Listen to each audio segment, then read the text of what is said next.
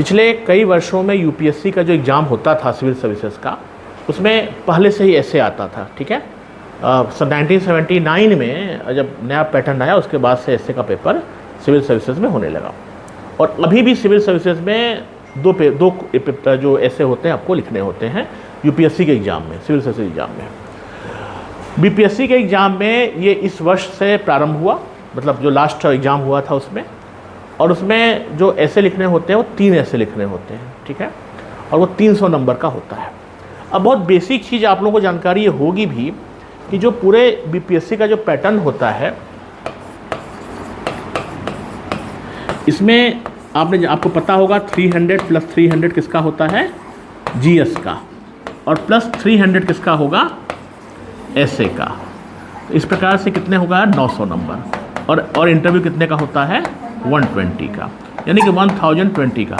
अब आप खुद देखो कि इस पैटर्न में इसके कलर कहाँ से चेंज होगा जी, इस पैटर्न में आप ऐसे का महत्व 1/3 है, देख रहे हैं, 1/3 है। अच्छा, होता क्या है कि जब जीएस का जो पेपर होगा उसमें बहुत ज़्यादा डिफरेंस मार्क्स का नहीं होगा। इसलिए नहीं होगा कि वही किताबें आप भी पढ़ रहे हैं, वही किताबें आपका साथी पढ़ रहा है। लेकिन ऐसे लिखना अपने आप एक ऐसी कला है जिसमें कि आउट ऑफ 300 जो है आप 80 भी प्राप्त कर सकते हैं और 240 प्राप्त कर सकते हैं। ये बहुत बड़ा डिफरेंस होगा, और ये डिफरेंस ऐसा होगा जो आपकी मेरिट को जो है डिफाइन करेगा, उसको अफेक्ट करेगा, ठीक है। तो इसलिए ऐसे का महत्व बहुत ज़्यादा है। अच्छा, यूपीएससी का जब एग्जाम सिविल सर्विस का होता था उसमें पहले से, चूंकि मैंने कहा ऐसे आते थे, तो वो लोग जो यूपीएससी का एग्जाम देते हैं और उसकी तैयारी कर रहे हैं उनको तो वैसे भी करना था।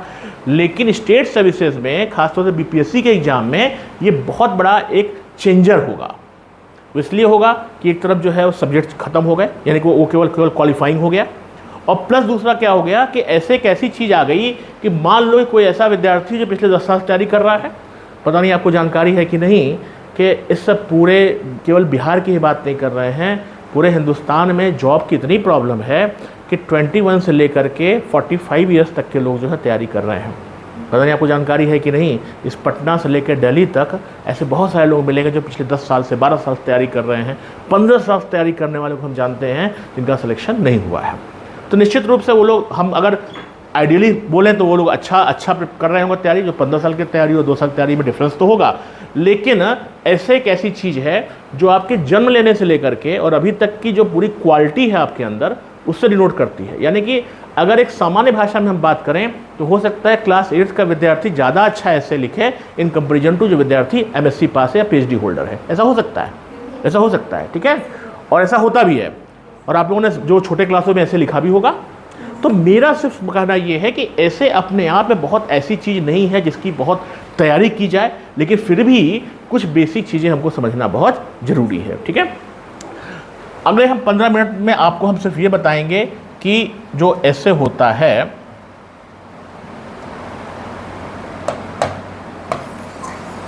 वो जो पूरा ऐसे होगा उसकी क्या क्या विशेषताएं होंगी।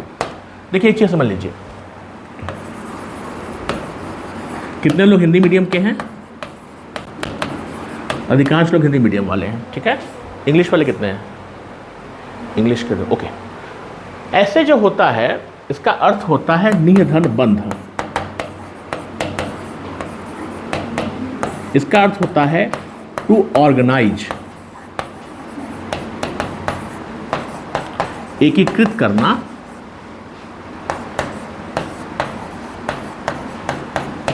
व्यवस्थित करना। अब इसका अर्थ क्या है? इसका अर्थ यह है कि कोई भी विषय आपसे टॉपिक पूछा गया हो, उसको प्रॉपरली आपको जो है उतने शब्दों में बांध लेना है जितने शब्दों में से पूछा जा रहा है, ठीक है ना। यानी कि एक बहुत इंपॉर्टेंट बात यह है कि जैसे हम लोग मान लो कि एक टॉपिक लेते हैं हम लोग, साहित्य समाज का दर्पण है, बहुत इजी टॉपिक आता है जो नॉर्मली आता है। अब आपने इसमें साहित्य के बारे में लिखा, समाज के बारे में लिखा, लेकिन दोनों को इंटीग्रेट नहीं कर पाए, आप दोनों को एक साथ बांध नहीं पाए, तो हो सकता है नंबर आपको क्या मिले, कम। क्लियर कर पा रहे हैं? यानी कि उसके सारे एस्पेक्ट, यानी कि उसके पॉजिटिव एस्पेक्ट, नेगेटिव एस्पेक्ट, उसकी तुलनाएं होंगी, उदाहरण होंगे उसमें, यानी कि एक ऐसे के महत्वपूर्ण बिंदु क्या होंगे उसको भी समझना पड़ेगा हमको। तो जो ऐसे होगा उसकी संरचना क्या होगी, संरचना क्या होगी उसकी।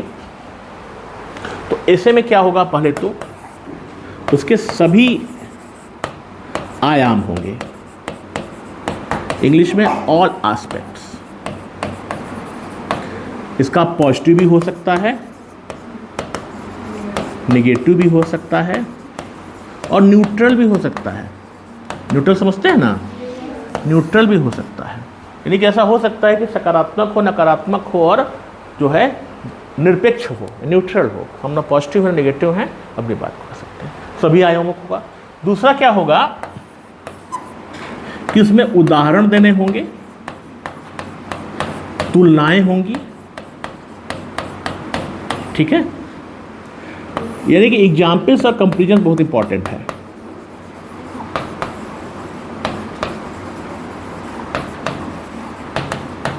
बस समझ में आई। यानी कि जैसे साहित्य समाज का दर्पण का एग्जाम्पल लेते हैं, तो उदाहरण क्या देना पड़ेगा कि समय समय पर साहित्य ने समाज की व्यवस्था को बताया। यानी कि जब भक्ति काल था तो लोग ज़्यादा धार्मिक थे, ठीक है। उसके बाद क्या आया, भक्ति काल के बाद क्या आया,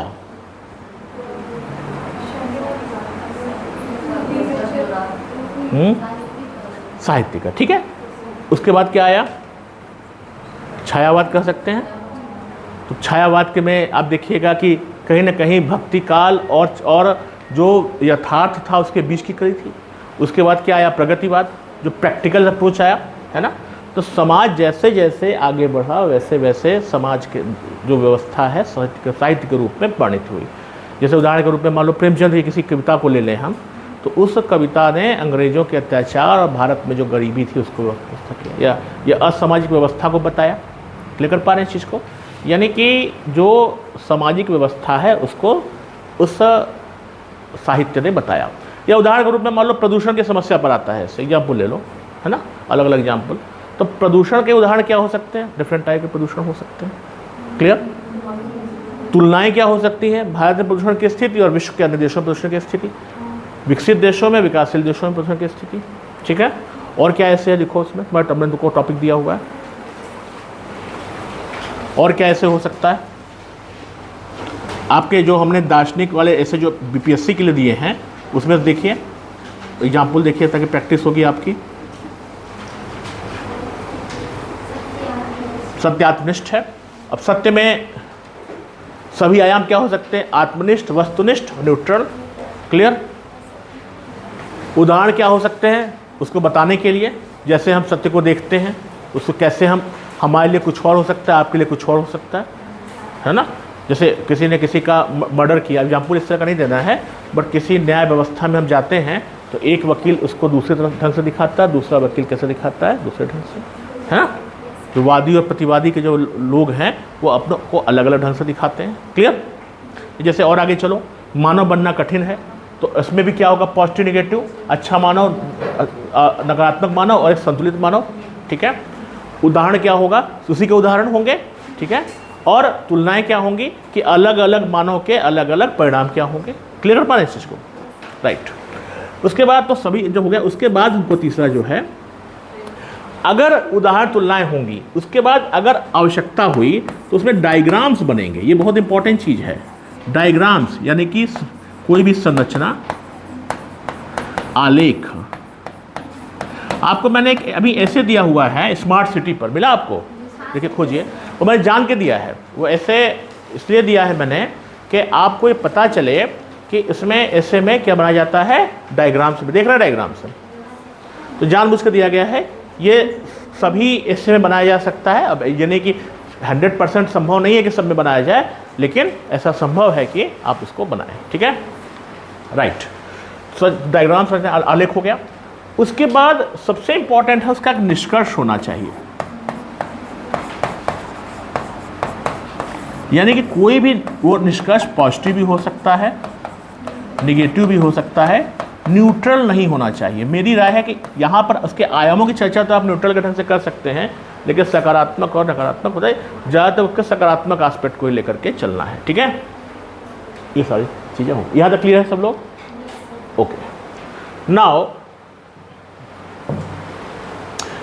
वर्ड लिमिट क्या होगी ऐसे की, ये भी आपको समझना बहुत ज़रूरी है। तो ऐसे तो आपके बीपीएससी में यूपीएससी में आता है वर्ड लिमिट क्या होती है, कितनी आती है, 700-800 वर्ड आता है। एक बहुत स्टैंडर्ड बात आपको समझना बहुत ज़रूरी है कि जब हम 3 घंटे का ऐसे या कोई भी आपका एग्जाम आप मेंस का जब लेते हैं तो नॉर्मली 3 घंटे में यू कैन राइट 3600 वर्ड्स। ये बात आपको समझना पड़ेगा। क्लियर? यानी कि इसका अर्थ हुआ कि 180 मिनट में कितने वर्ड आप लिख पा रहे हैं, 360 वर्ड। यानी कि 1 मिनट में कितने वर्ड लिख पा रहे हैं, बस समझ में आई बात? 1 मिनट में आप लिख पा रहे हैं 20 शब्द। क्लियर?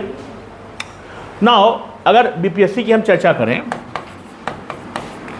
और सिविल सर्विसेज एग्जामिनेशन की चर्चा करें तो इसमें कितने ऐसे आते हैं, 2। बीपीएससी में कितने आते हैं, 3। ठीक है? तो सामान्यतः 180 मिनट में 3 ऐसे, माने एक ऐसे करने में कितना मिनट लगेगा, 60 मिनट। ठीक है? लेकिन सिद्धांत ये कहता है कि कम से कम इस पूरे समय का 20% आपको ड्राफ्टिंग में होना चाहिए। उस ऐसे की ड्राफ्टिंग समझते हैं क्या होता है, आपको बताएंगे। जब आपके पास कॉपी आएगी मेंस की तो उसके पहले या अंतिम पन्ने पर आपको उस ऐसे की पूरी ड्राफ्टिंग करनी पड़ेगी, संरचना बनानी पड़ेगी कि उस ऐसे में किन किन महत्वपूर्ण बिंदुओं को हमको डालना है। क्लियर कर पाए इस चीज़ को? यानी कि क्या क्या महत्वपूर्ण बिंदु हो सकते हैं। जैसे आप लोग खुद प्रैक्टिस करो, कोई टॉपिक निकालो, कोई ऐसे निकालो।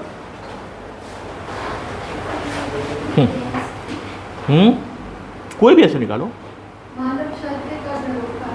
वेरी गुड, मानव सत्य का झरोखा है। अब इसकी ड्राफ्टिंग क्या क्या होगी, पहले हम यहाँ जान के आपको सिखा रहे हैं। केवल मानव सत्य का झरोखा है।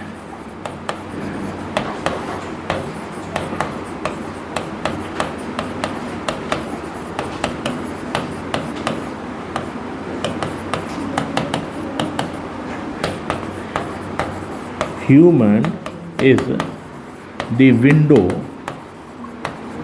Of truth. ठीक है? 1 मिनट, इसको भूल जाओ, पहले यहाँ आते हैं। 20 मिनट आपको 20% टाइम इसका ड्राफ्टिंग में आना पड़ेगा। यानी कि 60 मिनट का 20% कितना हुआ, 12 मिनट। यही ना हुआ? से कीप इट 15 मिनट्स। तो 45 मिनट से 48 मिनट्स आपको ऐसे लिखने में चाहिए। क्लियर? क्लियर? अगर आप 45 मिनट से माने तो 20 के हिसाब से कितना वर्ड लिमिट हो गया आपका, 900 वर्ड लिमिट। लिखना कितने में होता है, 800 से 700। क्लियर कर पा रहे हैं? यानी कि बीपीएससी आपको समय एक्स्ट्रा देता है। क्लियर कर पाए इस चीज़ को? आपको जो ऐसे बीपीएससी में लिखना होता है कितने वर्ड में लिखना होता है, 700 to 800। कहाँ से? चलो ठीक। हाँ, कहाँ चला गया भैया ये? हाँ चलो ठीक। तो 900 वर्ड हो गया, आपको अब 800 to 700 वर्ड में ही लिखना है। क्लियर कर पा रहे हैं इस चीज़ को? यानी कि आपके पास समय है। ठीक है? इसी तरह से अगर यूपीएससी की हम बात करें, सिविल सर्विसेज की, तो 2 ऐसे होते हैं। यानी कि टेक्निकली कितना लिखना पड़ेगा आपको, 90 मिनट्स। ठीक है?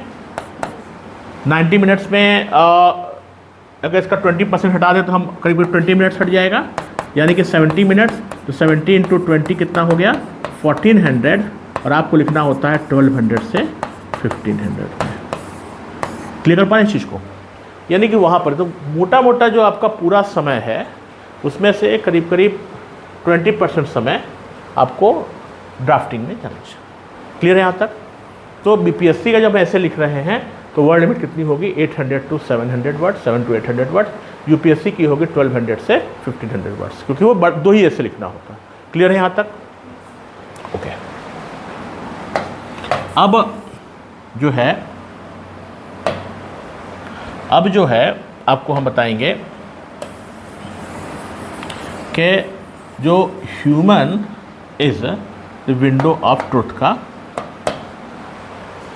फॉर्मेटिंग कैसे होगी।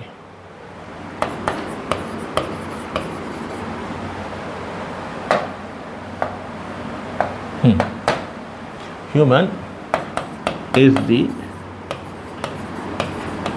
Window of truth. ठीक है? मानव सत्य का झरोखा है। दिख रहा है ना सबको? Very good. अब इसकी फॉर्मेटिंग कैसे की जाएगी बताइए।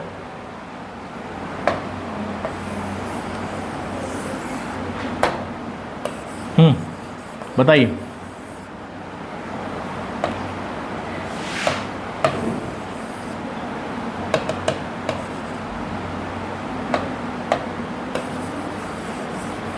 कैसे होगी फॉर्मेटिंग?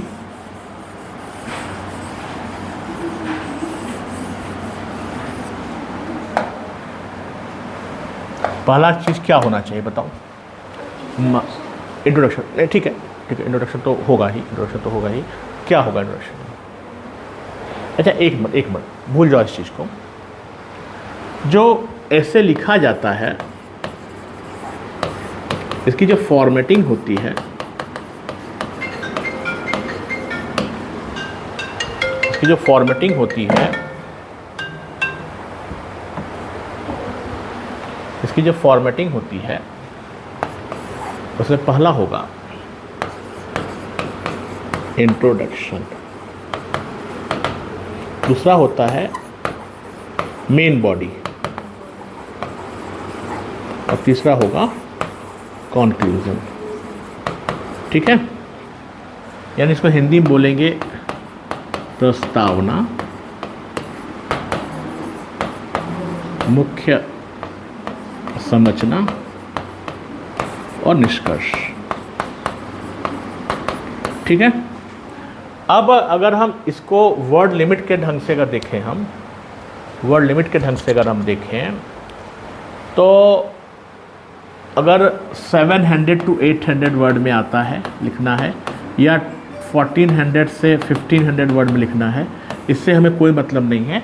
हम 100% परसेंटेज में इसको करेंगे। ठीक है, कितने वर्ड में लिखना हो? प्रस्तावना जो है वो 10% के आसपास होनी चाहिए, 80% होनी चाहिए मेन बॉडी और 10% होना चाहिए निष्कर्ष। सामान्यतः ये है, सामान्यतः ऐसा होना चाहिए। ठीक है, तो अगर 700 वर्ड हो तो उस हिसाब से निकाल लो इसमें। ठीक है, कोई प्रॉब्लम उससे कोई मतलब नहीं है, स्टैंडर्ड ऐसे ही लिखा जाता है।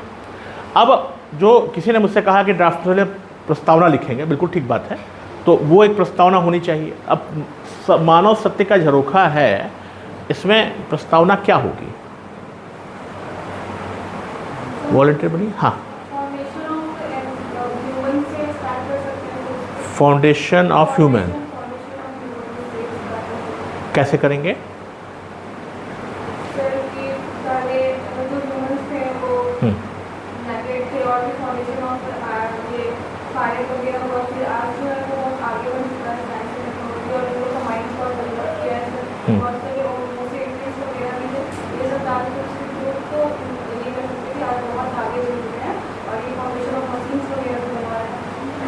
ओके, ठीक है, और क्या हो सकता है? ठीक है, ये भी एक एस्पेक्ट हो सकता है। और क्या हो सकता है? सर, जो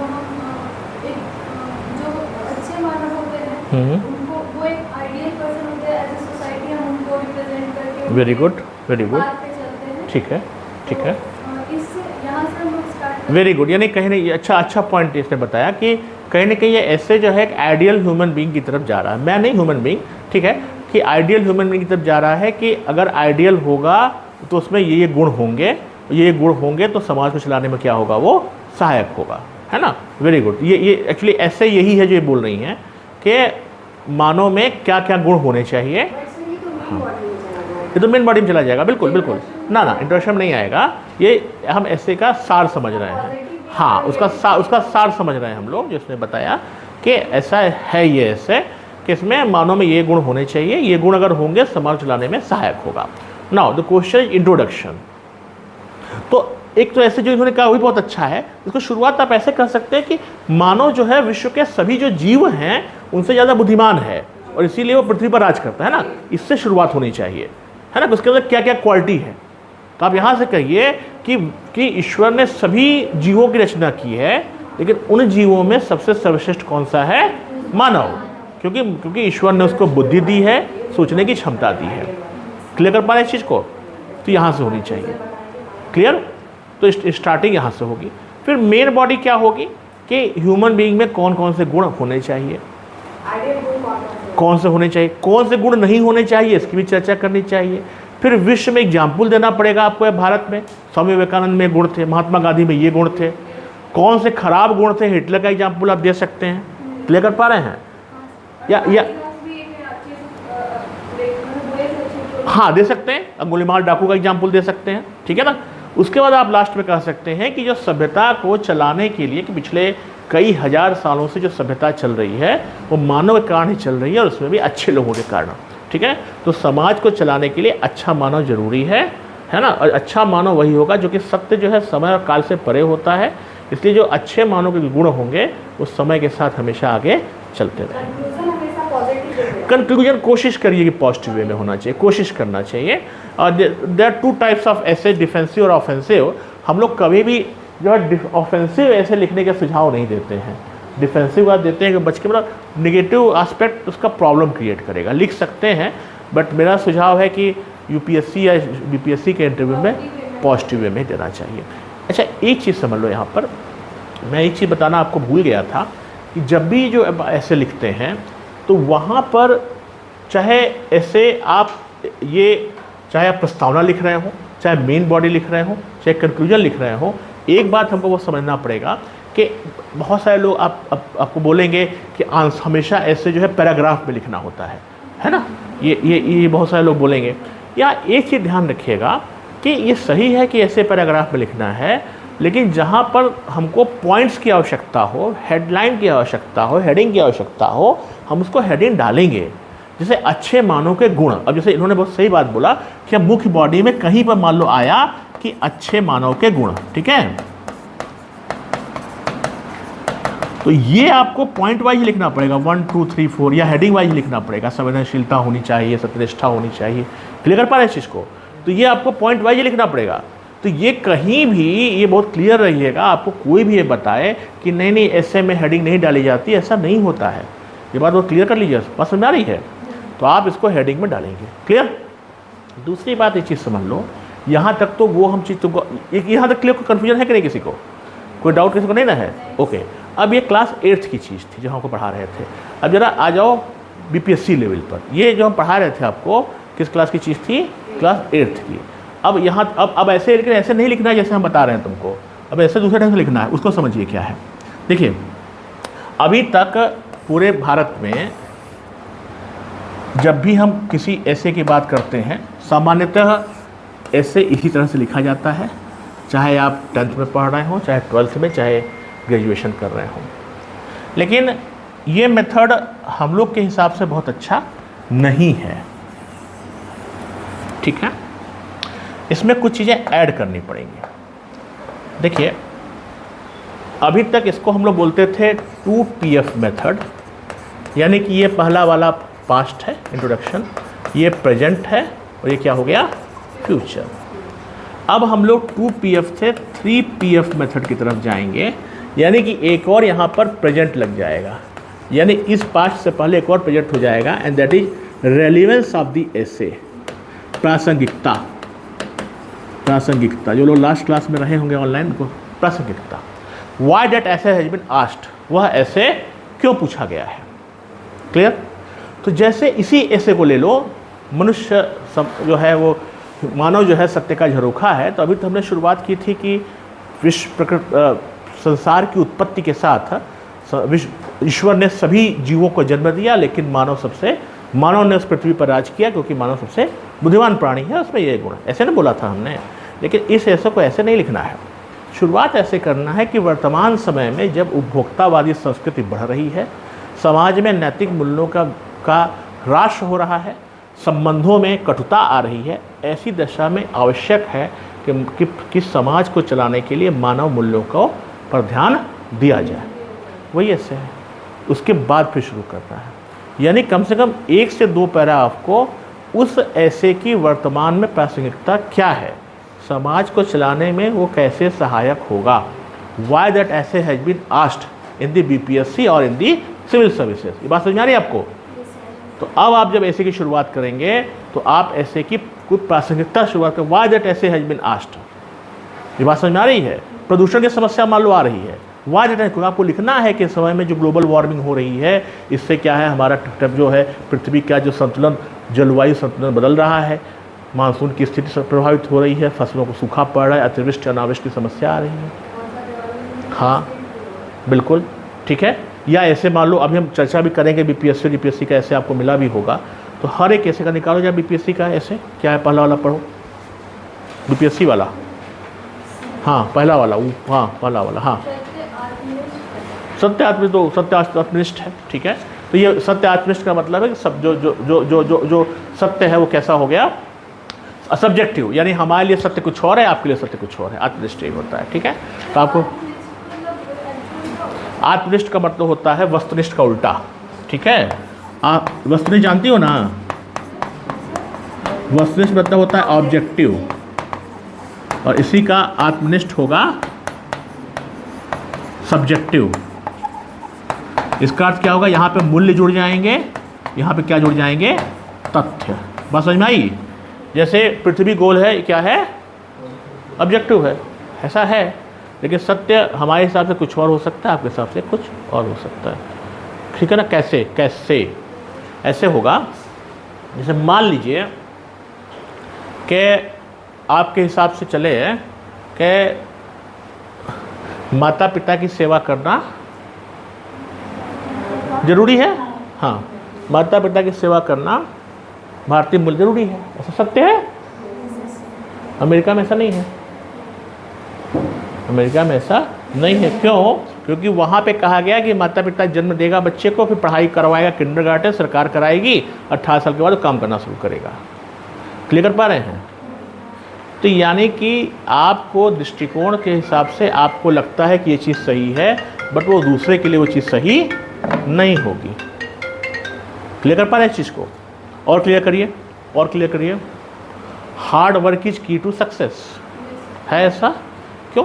अंबानी परिवार में जन्म लेने पर क्या ज़रूरत है हार्ड वर्क की? उसके लिए सक्सेस हो सकता है घूमना, लेकिन हाँ वो सही बात है, तुम जो कहना चाह रहे कि उसका एस्पिरेशन लेवल क्या होगा, लेकिन सक्सेस का यहाँ अर्थ फिर अपने आप में सब्जेक्टिव नहीं होगा, ऑब्जेक्टिव होगा। बात क्लियर कर पा रहे हैं?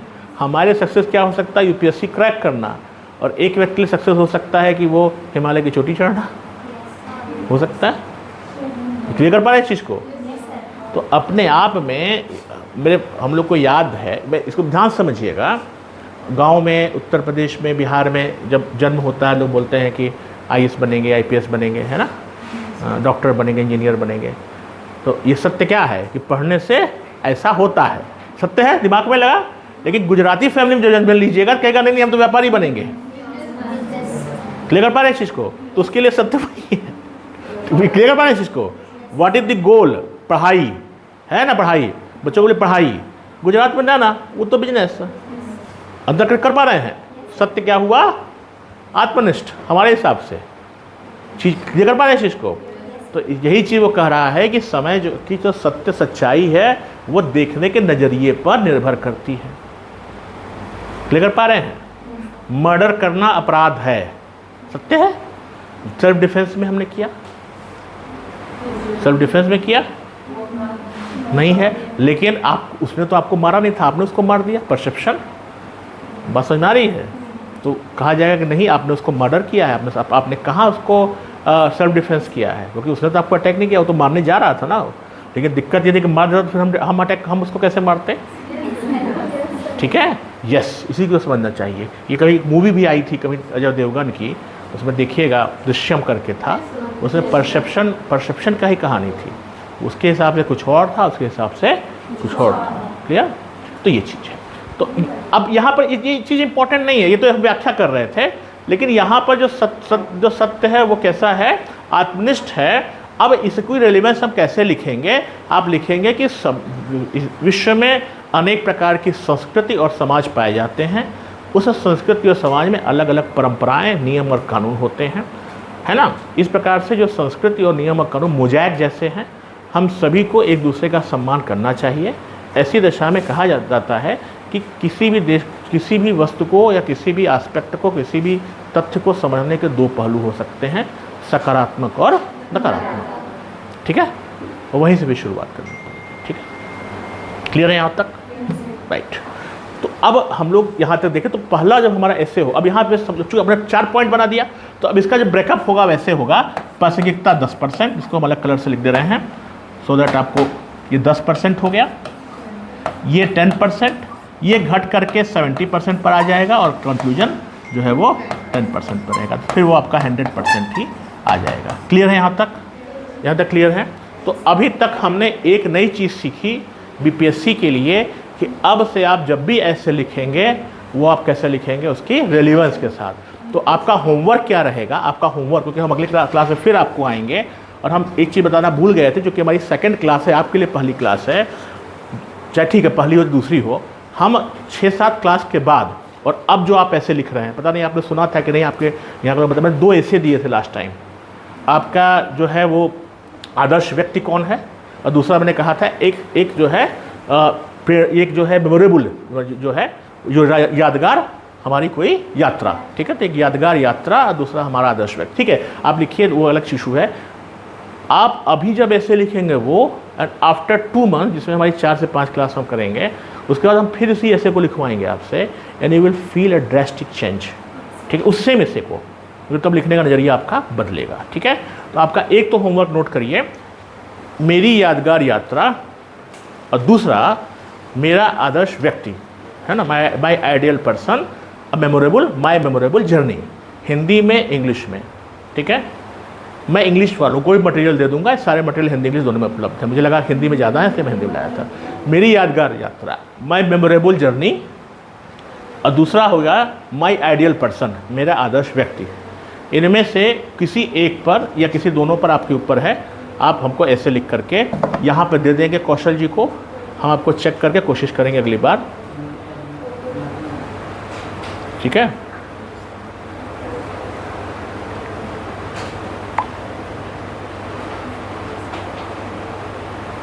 ठीक है। नाउ अब एक इम्पॉर्टेंट चीज़ यहाँ पर ये है कि एक तो हमने रेलिवेंस की बात की, दूसरा ऐसे जब लिखा जाता है तो आप यहाँ ये मिटा दें, क्लियर है सब लोग, ओके। अब एक इम्पॉर्टेंट चीज़ जब ऐसे लिखा जाता है तो अनुस्वारों का प्रयोग, पंचुएशन, अनुस्वार, पिच का प्रयोग, ये बड़ा इंपॉर्टेंट चीज़ है, बताता हूँ कैसे। यानी कि जब आप ऐसे लिखना शुरू कर रहे हैं, कहाँ पर खड़ी पाई होगी, कहाँ पे कॉमा लगेगा, और कहाँ से पैरा चेंज होगा, ओके। अब एक बहुत इजी सा ऐसे लेकर के हम लोग प्रैक्टिस करते हैं, मेरा आदर्श व्यक्ति, ठीक है। 2 लाइनें कौन हमें सुनाएगा, कुछ भी हो सकता है, 2 लाइनें, शुरुआत कैसे करेंगे, कोई भी वॉलंटियर, ये तो बहुत ईजी ऐसे है, इसलिए क्लास 8 का ऐसे है। मेरा आदर्श व्यक्ति बताइए, कोई भी हो सकता है, मम्मी पापा दादा दादी से लेकर के महात्मा गांधी से लेकर के विवेकानंद, कुछ भी हो सकता है। हाँ, सक्सेसफुल इंसान को आगे बढ़ने के लिए अपने आदर्श किसी एक को आदर्श मान के चलना होता है, इसलिए कि मेरे आदर्श जो भी होंगे उनके बारे में, ठीक है, ओके, वेरी गुड, बहुत अच्छा। तो प्रत्येक व्यक्ति को सफल होने के लिए किसी को आदर्श मानना आवश्यक होता है। मेरे आदर्श व्यक्ति मिस्टर एक्स हैं, ठीक, खड़ी पाई, उसके आगे मिस्टर एक्स के आगे, हाँ बताओ, वही, इसलिए पंचुएशन तभी लगाएंगे ना, अबाउट बताओ, कोई भी उसके बाद जो है बताओ।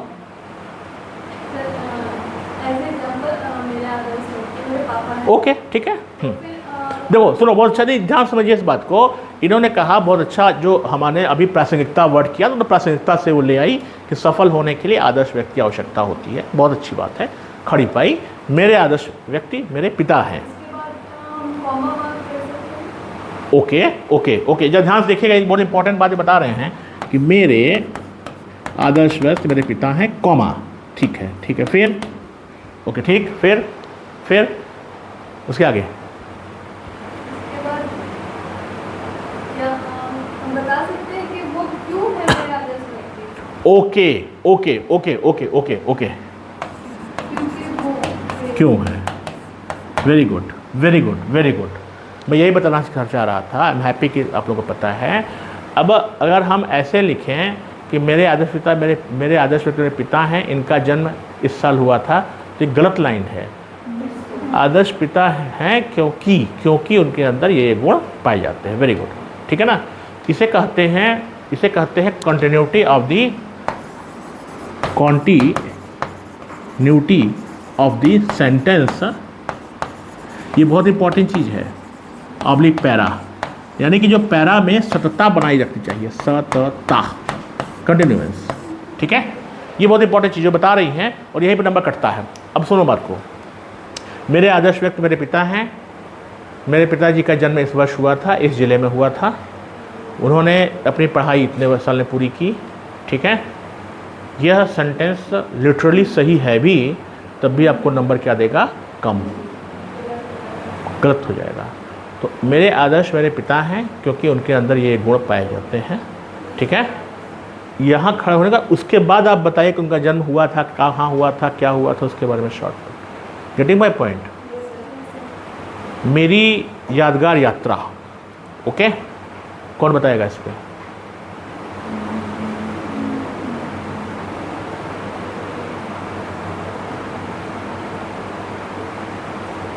मैं दिल्ली में क्लास ले रहा था तो मेरे एक फ्रेंड ने मुझसे, मेरे फ्रेंड नहीं मतलब एक स्टूडेंट ने कहा कि सर मेरी यादगार यात्रा जो है वो नई दिल्ली रेलवे स्टेशन से मुखर्जी नगर तक थी। तो हमने कहा क्यों? तो कहा उसमें 8 बैग थे, मम्मी ने आटा भी दे दिया, चावल भी दे दिया था, है ना, और स्टोव भी दे दिया था, गैस भी दे दिया था, कपड़े भी दे दिए थे, तो धोना पड़ा मुझे। और 3 मंजिला चढ़ने रूम तीसरे स्टोरी पर मिला, तो कहा कि वो चढ़ने में हमारी हालत ख़राब हो गई। तो मेरी यादगार यात्रा थी वो, है ना, इसमें भी। बट इसमें इम्पॉर्टेंट चीज़ क्या है? इस इम्पॉर्टेंट चीज़ क्या है कि जब भी हम यादगार यात्रा लिखेंगे तो यादगार क्यों थी, सारी चीज़ें उसी के बारे में लिखी जाती हैं। मैं आपको बताता हूँ कैसे गलत होता है। किसी ने कहा कि मैं गंगा नदी पर, पटना में गंगा नदी पर नौका विहार कर रहा था, है ना, ऊपर चंद्रमा दिखा, चंद्रमा की लाइट मुझे बहुत अच्छी लगी।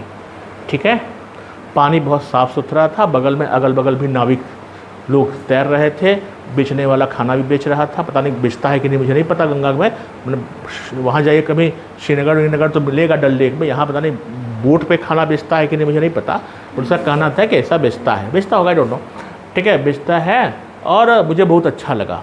ठीक, लिटरली ऐसे बहुत अच्छा है, लेकिन you will get 80 out of 300 या 20 आउट ऑफ 100, क्योंकि यादगार कैसे बनी ये तो आपने बताया है नहीं। क्लियर कर पा रहे हैं इस चीज़ को? ठीक है, तो यादगार का अर्थ ये हुआ कि अपने इमोशंस से, अपनी भावनाओं से उसको कोरिलेट करना पड़ेगा। आप प्रकृति प्रेमी हैं तो प्रकृति में हम गए। ठीक है, वहाँ हमने संवेदनशीलता देखी कि पहाड़ में कैसे लोग हार्ड लाइफ जीते हैं। ठीक है, कैसे ईमानदार होते हैं, कैसे मेहनती होते हैं, कैसे सुबह उठते हैं, दूर से पानी भरना पड़ता है। ये यादगार यात्रा है। और यादगार यात्रा ये नहीं कि हम गए थे साहब, उसके बाद वो जंगल सफारी में एक कैसे लिखा था, मुझे याद आ रहा है, किसी ने, हम साहब जंगल सफारी गए थे राजगीर वाला, वहाँ हमने हाथी देखा, घोड़ा देखा, ये देखा, वो देखा, सब देख के आए, फिर चाय नाश्ता किए, चाउमीन खाए, मंचूरियन खाए, खा के चले आए। समझ रहे हैं? एग्जैक्टली इसमें you will get 20 out of 100, क्योंकि यादगार तो आपने लिखा ही नहीं, क्यों थी यादगार। ठीक है ना, तो इस ऐसे को समझना पड़ेगा। क्लियर? नहीं, तो इस चीज़ को आपको समझना पड़ेगा। तो कंटिन्यूटी बहुत ज़रूरी है उस पैराग्राफ में। ठीक है, अब एक चीज़ ध्यान रखिएगा, आपके साथ समय में हम लास्ट टाइम इस बात को बता रहे थे कि समय के साथ बहुत सारे सीनियर लोग भी आपके साथ होंगे, मिलेंगे, आपको बताएंगे, ऐसे में बताएंगे कि पैराग्राफ ज़्यादा नहीं, पूरा ऐसे 4 ही पैराग्राफ में लिखना होता है। ऐसा कोई नियम नहीं है, ऐसा कोई नियम नहीं है। पैराग्राफ ऐसा हो कि एक पैराग्राफ में 3 से 4 लाइनें जरूर होनी चाहिए। अब ये नहीं कि एक लाइन की पैराग्राफ बना रहे हैं, लेकिन आवश्यकता के अनुसार पैराग्राफ छोटा और बड़ा हो सकता है। जिस मैटर को आप, एक से संबंधित मैटर को एक पैराग्राफ में डालना है। क्लियर कर पा रहे हैं? ऐसे इसी एग्जाम्पल देते हैं आदर्श व्यक्ति को, तो पिता की विशेषताओं को बताना एक पैराग्राफ में, उनके जन्म के बारे में बताना एक पैराग्राफ को, उसके बाद उनकी पॉजिटिव विशेषताओं के, उन्होंने जो संघर्ष किया उसको एक में, उनकी नकारात्मक विशेषताओं को एक में, मैंने क्या उनसे सीखा एक में। समझ रहे हैं? अब भविष्य में क्या उनसे सीखेंगे हम, उसको एक में। क्लियर कर पा रहे हैं चीज़ को? तो ये मोटा मोटा होना चाहिए। यानी कि ऐसा कोई नियम नहीं है कि ऐसे जो है आपको 4 पैराग्राफ, 6 पैराग्राफ या 8 पैराग्राफ में लिखना है। क्लियर कर पा रहे हैं? ठीक है, नाउ तो अनुस्वार, पिच बहुत इंपॉर्टेंट होता है। कहाँ पे रुकना है, कहाँ पर जो है फुल स्टॉप लगाना है, खड़ी पाई लगाना है, कहाँ पे कॉमा लगाना है, ये सब चीज़ें आपको समझना। नेक्स्ट चीज़ इंपॉर्टेंट है कि इसमें ग्रामर का, व्याकरण का बहुत महत्व होता है। आपका व्याकरण, ग्रामर कभी गलत नहीं होना चाहिए, चाहे हिंदी में लिखें चाहे इंग्लिश में लिखें। ग्रामर आपका कैसा होना चाहिए? बिल्कुल सही होना चाहिए। ठीक है, भाषाई गलती आपके पास नहीं होनी चाहिए। ठीक है, अब हम आपको जब अगला क्लास करेंगे तो हम आपको कुछ इम्पॉर्टेंट गद्य देंगे, कविताएं लेंगे। ठीक है, वो कविताओं की संख्या 50-60 होगी। आप उसको याद कर लीजिएगा। सामान्यतः जितना ऑप्शन आता है उस ऑप्शन में से सारे ऐसे में आप किसी न किसी ऐसे में उसको डाल के लिख पाइएगा, ठीक है।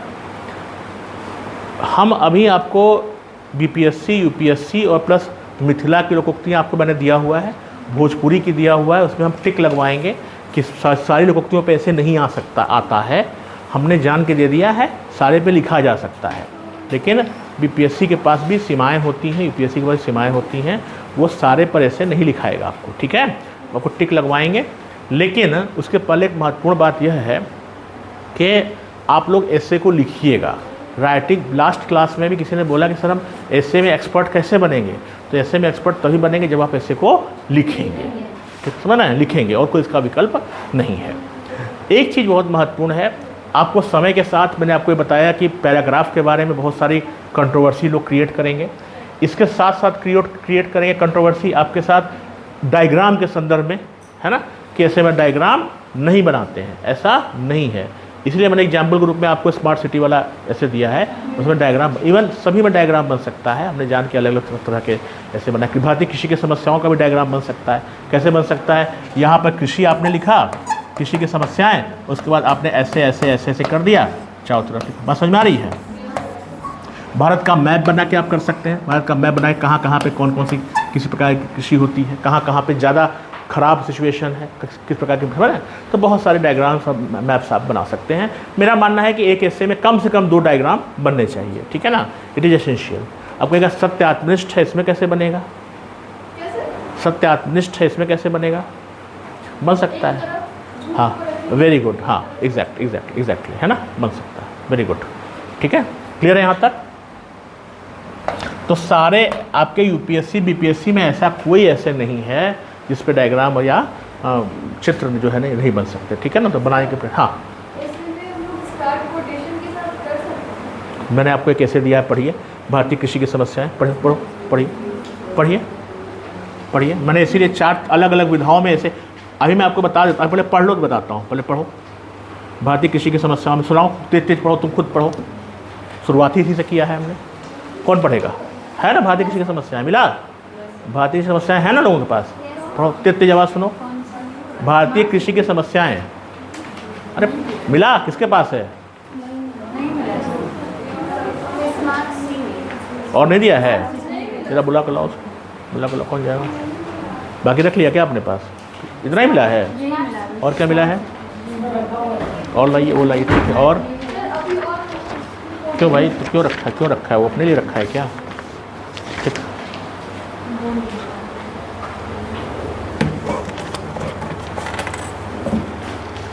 लीजिए बांटिए, मटेरियल, हाँ लीजिए, लो बांटो, तुम बांटो साइड सबको, तुम लोग मटेरियल अपने पास रख लियो क्या, अपने पास क्या दबा के रख लियो, उसको बच्चों के लिए रख दीजिए, बांटिए उसको, दीजिए, बांटो, ये लीजिए, बांटिए, ये भी बांटिए, ये भी बांटिए, ये वाला मिल गया सबको, ठीक, जिसको बैठो, जिसको नहीं मिला लो, ठीक, तो वो आधा तुम लोग क्या, ऐसा नहीं झगड़ा वगड़ा नहीं ना है जी, चलिए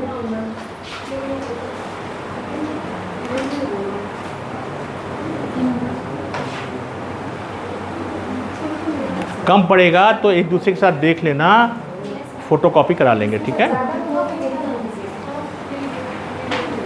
सबको दे दो,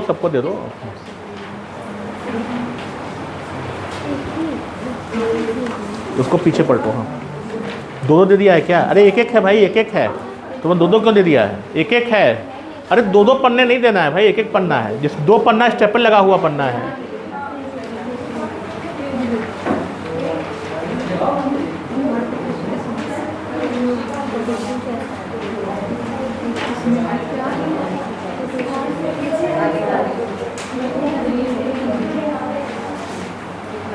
चलिए मिल गया सबको, ओके।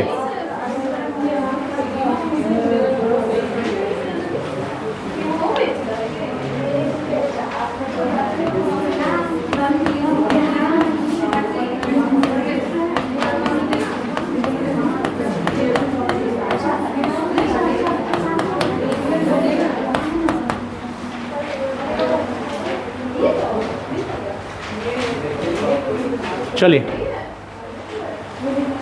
दो मिला होगा तो वापस कर दीजिएगा। मिल गया सबको भाती कृषि समस्याएं? चलो, कौन कौन तेज आवाज में मिलेगा?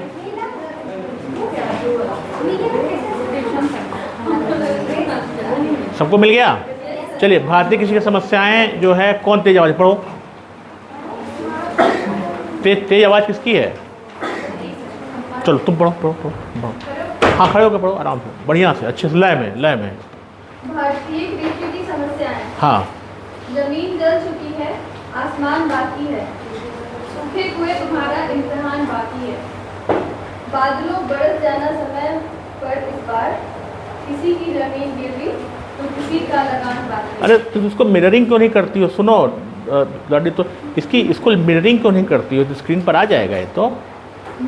इसको मिररिंग कर दो ना, तो ये स्क्रीन पर सीधे आ जाएगा, दिखना नहीं पड़ेगा, है ना। देखो टेक्नोलॉजी है, इसकी मिररिंग हो जाती है, समझ रही हो। लैपटॉप नहीं, इससे भी हो जाता है। चलो ठीक है, पढ़ो। एनीवे हाँ, चलिए फिर से पढ़िए। भारतीय कृषि की समस्याएं। सब लोग अपने देखो, कॉपी देखो। हाँ। जमीन जल चुकी है। हाँ, तेज आवाज में सब लोग सुनाई पड़े। जमीन जल चुकी है, हाँ। आसमान बाकी है, वेरी गुड। सूखे हुए तुम्हारा इम्तिहान बाकी है। हाँ। बादलों बरस जाना समय पर इस बार, किसी की जमीन गिरवी तो किसी का लगान बाकी है। Very good.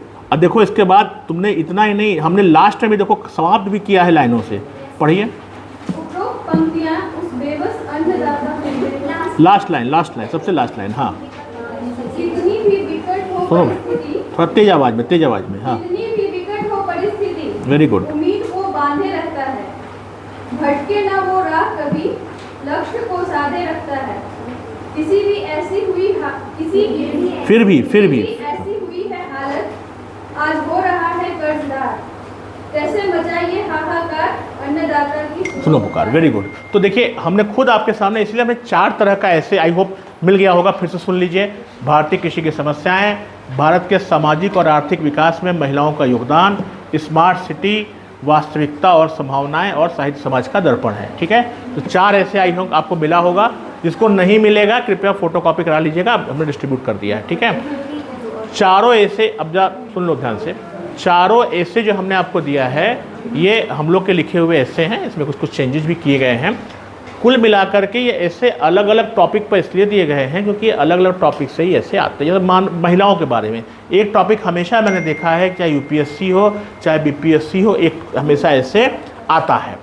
ठीक है, अब महिलाओं का समाज में निर्माण योगदान पे आ सकता है, महिलाओं की समस्याओं पे आ सकता है, महिलाओं के सशक्तिकरण पे आ सकता है, तो आपको एक ऐसे इस पर देखना है। दूसरा जो मैंने आपको ऐसे दिया है, उसमें भारतीय कृषि का, अब कृषि बहुत इंपॉर्टेंट टॉपिक है। आप जान रहे हैं कि कृषि के संबंधित जो नया एक्ट आया, तो उसके बाद से कृषि पर एक ऐसे आना ही आना है। ये जो कविताएं हैं भाई, अब हो गया, कविताएं जो हैं वो आप कहीं भी यूज कर सकते हैं। ठीक है, बैठ जाओ। अब इसके बाद मैंने आपको दिखा स्मार्ट सिटी, ये एक साइंटिफिक ऐसे है, स्मार्ट सिटी पे आ सकता है, भारत में नगरीकरण पे आ सकता है, नगरीकरण की समस्याओं पे आ सकता है। और ये मैंने इसलिए ऐसे को इस तरह से बनाया है ताकि आप इसमें डायग्राम्स को समझ सकें। और बताने का उद्देश्य यही था कि किसी भी ऐसे को लिखने के का कोई एक सतत पैरामीटर नहीं होता, एक आइडियल सिचुएशन नहीं होती है। उसमें आप कविताएं भी डाल सकते हैं, डायग्राम भी डाल सकते हैं। ठीक है, हम जब आपको अगली बार एक ऐसे दिखाएंगे, उसमें हम कविता भी डालेंगे, उसमें डायग्राम भी डालेंगे। ठीक है, उसमें तुलनाएं भी करेंगे, उसमें भारत का मानचित्र भी होगा, और क्या होगा उसमें लास्ट में जो है। हाँ, तो ये जान के अभी नहीं किया क्योंकि थोड़ा टफ आप लोगों को लगेगा। ठीक है, बट वो बहुत कठिन काम नहीं है। तो हमने आपको अभी 4 ऐसे दिए हैं जिसमें अलग अलग विशेषताएं हैं। आई होप कि जो आपको हम होमवर्क दिए हैं उसमें से कोशिश करिए उस होमवर्क में आप कविताएं भी डालिए, उसमें कुछ 4 डायग्राम भी डालिए। ठीक है, ताकि वो एक अच्छा कॉम्बिनेशन ऐसे का रहे। Right, okay. तो यहाँ तक क्लियर है सब लोग? नाउ बैठ जाओ। ना एक इम्पॉर्टेंट चीज़ यहाँ पर यह है कि आप हमारे ऐसे को ध्यान से पढ़िएगा, ये लयबद्धता के साथ है। एक इम्पॉर्टेंट चीज़ क्या है कि ऐसे में वेस्टेज ऑफ वर्ड्स नहीं किया जाता है। ये बहुत इम्पॉर्टेंट चीज़ है, आपको समझना पड़ेगा। अभी समझिए क्या है।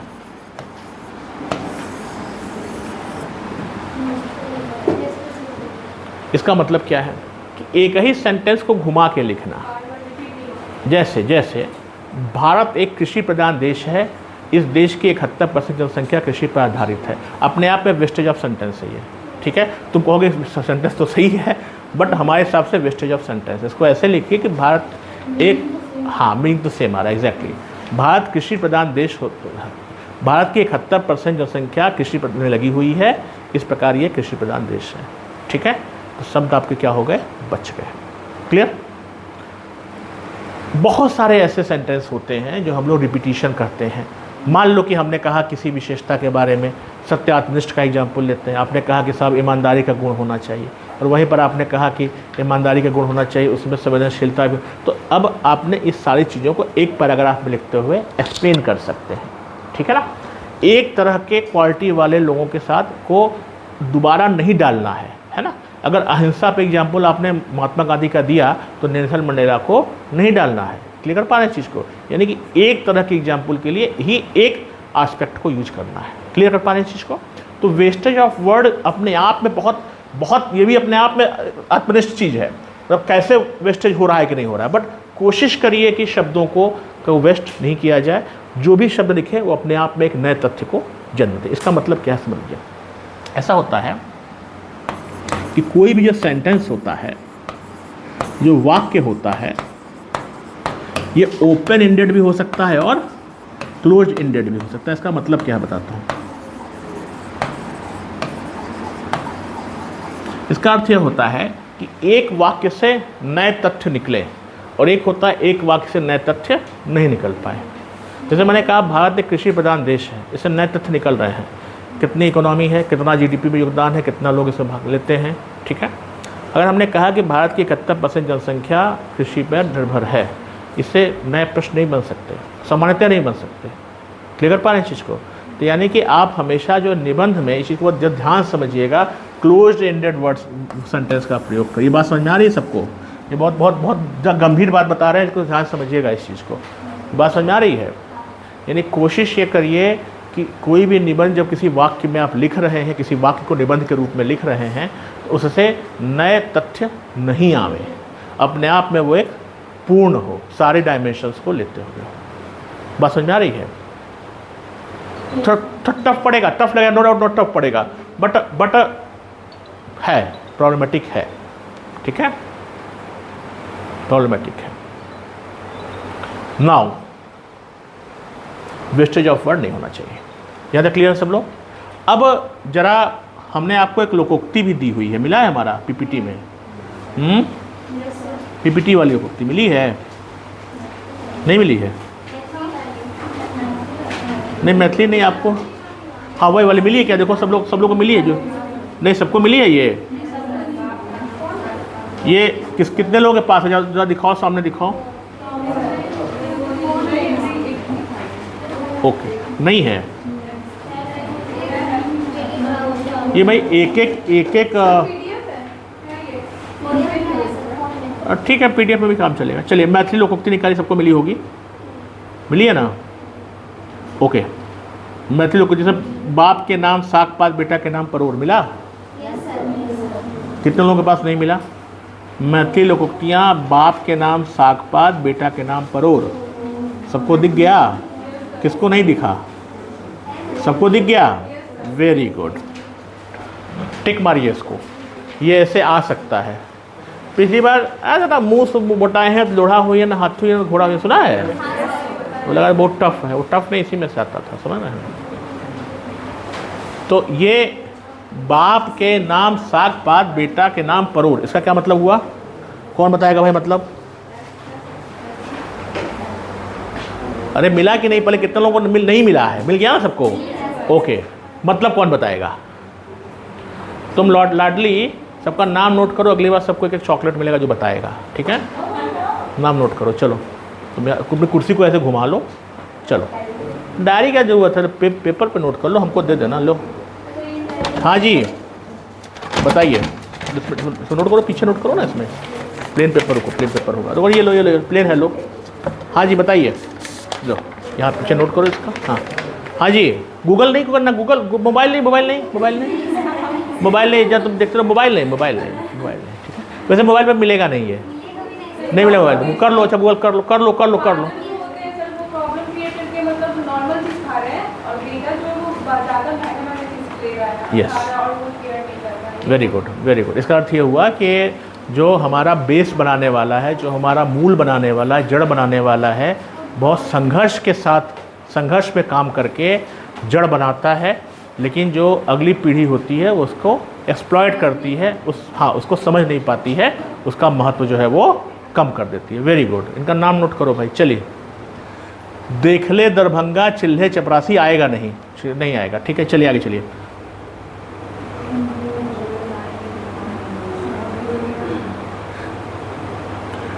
सात नंबर, मारी माछ ने उपछी खत्ता, इसका क्या अर्थ होता है? ये आएगा हाँ जी,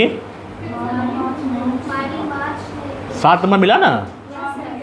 मारी माछ ने उपछी खत्ता, इसका अर्थ कौन बताएगा? अच्छा, ये तो कितने लोग इसमें मैथिली दरभंगा के इलाके के रहने वाले, दरभंगा सहरसा कमिश्नरी वाले, दरभंगा मधुबनी समस्तीपुर हाँ हाँ जी हैं, तेज बोलो तेज बोलो। मछली को मारने के लिए पानी को तो बचना ही पड़ता है। Exactly very good very good. इसका अर्थ ये हुआ है कि किसी कार्य को करने के लिए पूरा प्रयास करना पड़ता है, यानी कि रिस्क तो, खतरा तो लेना ही पड़ता है। Very good. चलो इनका नाम नोट करो भाई। 7 नंबर। 8 नंबर बताइए, पाइन में माछ दोनों कुटिया बखरा, ये तो आया था लास्ट ईयर मुझे लग रहा है, बट ये नहीं आया था।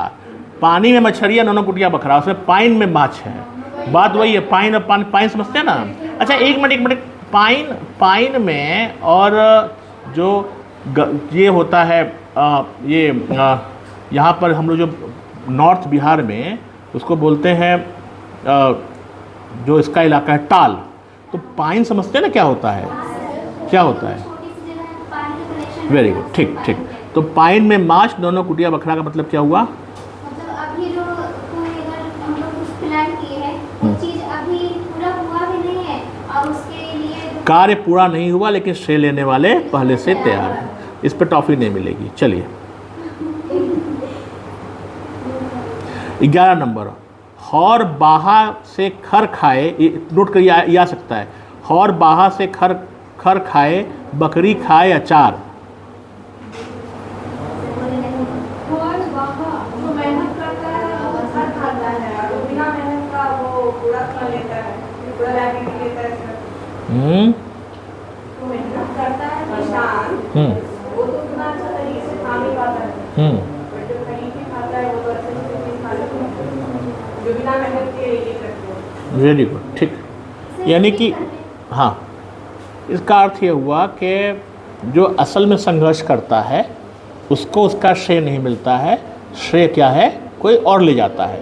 उदाहरण के रूप में कोई भी, जैसे मान लो कि कोई क्रीम ही बन रही है, तो क्रीम का इन्वेंशन तो कहीं ना कहीं लैब में होगा, बट हम प्रचार करते हैं उस कंपनी का, है ना, या कोई भी चीज़, तो कहा जाए कि जो बनाता है वो संघर्ष करता है लेकिन प्रचार करने वाले लोग उसका श्रेय ले लेते हैं।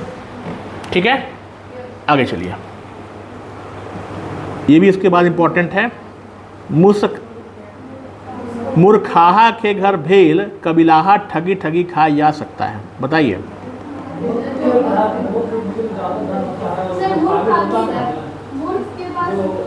मैंने उसको बोलने तो एक आराम से, आराम तुम बोलो, पहले बोलो। हाँ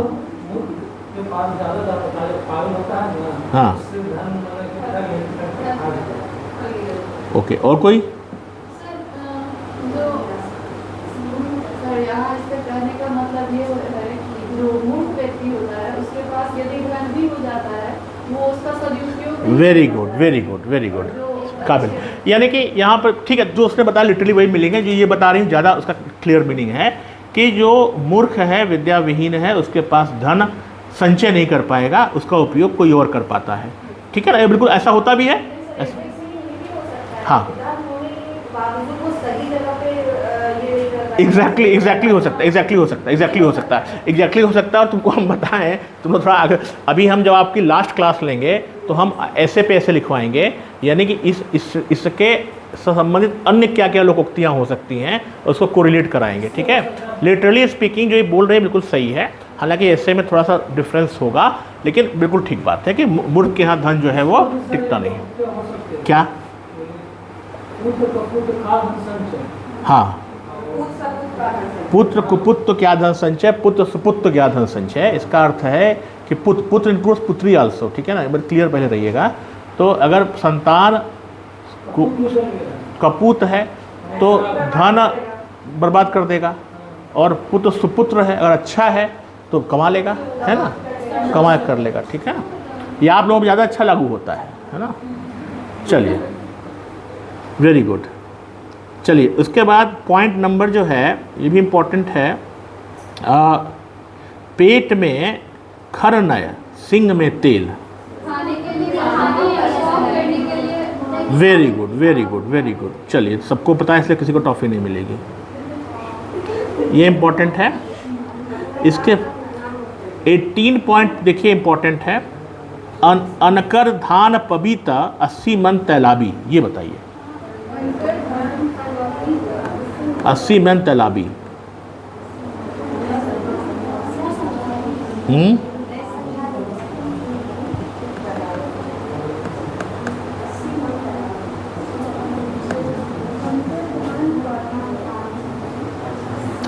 इसका अर्थ, हाँ हाँ, अगर हम कुछ नहीं करा, अगर मिल गया तो हम उसको बहुत ज़्यादा ले। बिल्कुल एग्जैक्टली, इसका नाम नोट करो। इसको मैं कहने जा रहा था कि ऊंचे दुकान फीके पकवान, है ना, या उसी तरह की चीज़ है कि हम जो है बहुत दिखावा बहुत ज़्यादा कर रहे हैं, बट वास्तविकता कुछ और। Very good, very good, excellent, very good. चलिए, अन्हार घर सांपे सांप, ये भी इंपॉर्टेंट है, नोट कर लीजिए, आ सकता है। अन्हार घर सांपे सांप, जरा इसको ध्यान से समझो क्या है। अन्हार घर मतलब अंधेरा, अंधेरा है, या अंधे का घर, दोनों मतलब हो सकता है। सांपे सांप बहुत इंपॉर्टेंट चीज़ है। इसको अंधेरे के यहाँ दो मतलब हो सकते हैं, ये तो अंधा घर में अंधेरा है या अंधे व्यक्ति का घर है, दोनों मतलब है। और उसके घर सांपे सांप है, सांपे सांप। उसके जिस घर में लोग रह रहे हैं सर, उसके पास ये माइंड नहीं है, मतलब फिर सोच समझ नहीं सकते हैं, वो अंधेरा है और वो आगे नहीं बढ़ सकते। ना। बुद्धि की कमी है, वो कितना भी कर ले। ये इसका भावार्थ हुआ, लेकिन मतलब क्या हुआ इसका, ये एक्सप्लेनेशन किया जा सकता, तुम जो बोल रही हो भाई। अंधेरा घर है और सांप, हाँ बोला जा रहा है कुछ, हाँ, इसका अर्थ है क्या? वो तो लिखा ही है, वो तो लिखा ही है। आपको इसका मतलब थोड़ा ना अंधेरे घर में सांप का मत सांप है, अंधेरे घर में सांप क्यों आएगा यार?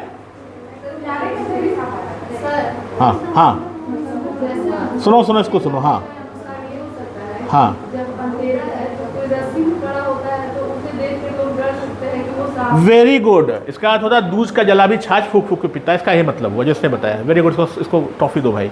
इसका अर्थ यह होता है कि जब हम समस्याओं में होते हैं, हमारे अंदर कुछ समस्याएं होती हैं, तो हम जो है उसको हमें हर चीज़ को बहुत कॉशियस होने के साथ, बहुत संवेदनशीलता के साथ समझ बूझ करके कार्य करना चाहिए। तो इसका अर्थ ये होता है कि समस्याएं आने पर प्रत्येक कार्य को, या बुरे समय में या परिस्थिति विपरीत होने पर प्रत्येक कार्य को बहुत समझ के करना चाहिए, बहुत संवेदनशीलता के साथ करना चाहिए, बहुत जागरूक होकर करना चाहिए, है ना, कॉशियस होकर करना चाहिए, ठीक है। चलिए, वेरी गुड, आगे चलिए। इसके बाद ये इंपॉर्टेंट है, माए बाप करे कुटान पिसान, बेटा के नाम दुर्गा दत्त। वाह, 23 नंबर, 23 नंबर टिक मारिए, 23 नंबर।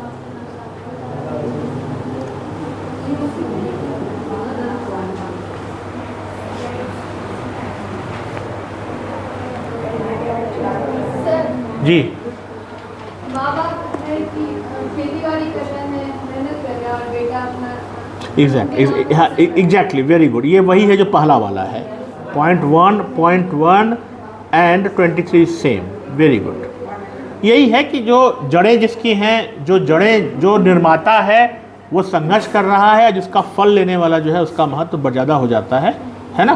तो हमें जड़ों की भी महत्व देना चाहिए, जो जिससे जहाँ से वो चीज़ शुरू हुई है उसका महत्व अधिक होना चाहिए। यहाँ उल्टा होता है, श्रेय लेने वाले लोग ज़्यादा हो जाते हैं। ठीक है। उसके बाद 26 नंबर, करनी ने धरनी आ सुवर्णी नाम। एग्जैक्टली, हाँ ठीक है ठीक है, समझ में आ गया ना, वेरी गुड। किसको नहीं समझ में आया? सबको समझ में आया, वेरी गुड वेरी गुड। उसके बाद 32 नंबर, खो मंगला परल रहा। खाते पड़े रहो।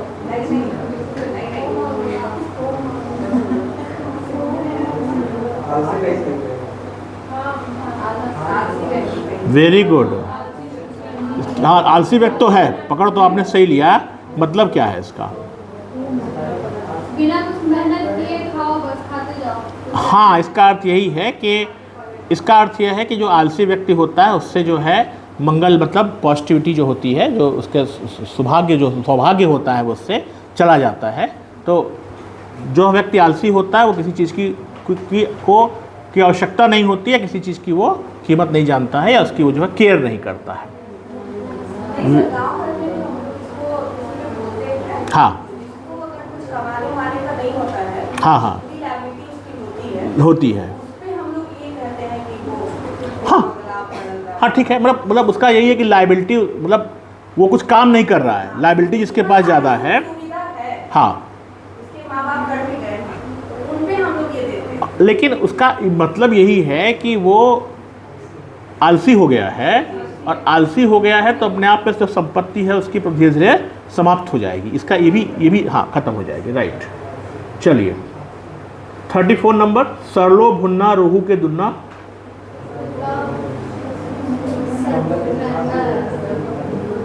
हाँ जी,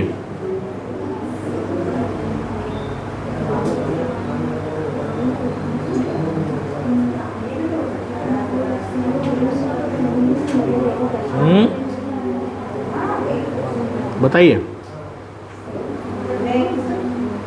सरलो भुन्ना रोहू के, मतलब किसी का कोई वैल्यू नहीं है, मजबूरी के टाइम में वो भी वैल्यूबल लगता है।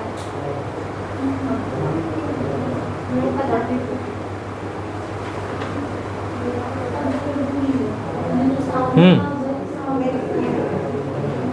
बताओ। मजबूर नहीं, वो नहीं है उसका मतलब। और बताइए।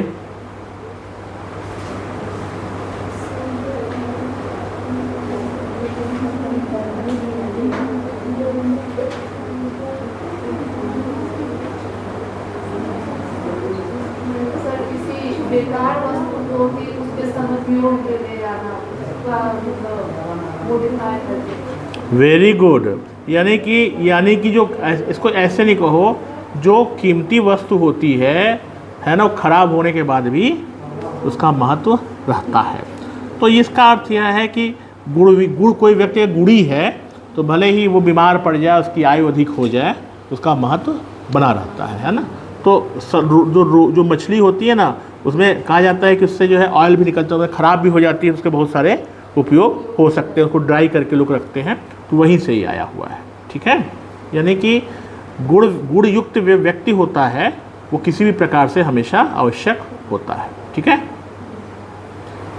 और उसके बाद आइए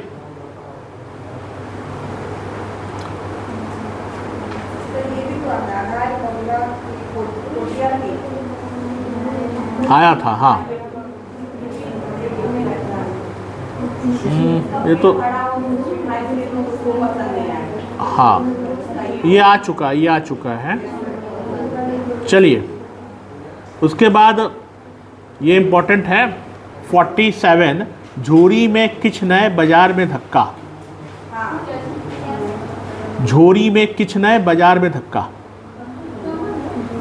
47।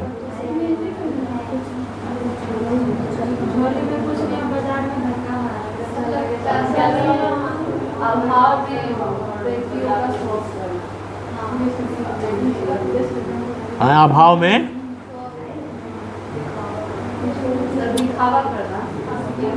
बताओ भाई। हाँ, दिखावा करना, एग्जैक्टली, झूठ बोल का दिखावा करना, यानी कि हमारे पास पैसा नहीं लेकिन अभी मार्केटिंग में विंडो शॉपिंग सुना है ना, विंडो शॉपिंग करना। 57 इंपॉर्टेंट है। आइठो खेलहू पेटो न भरल।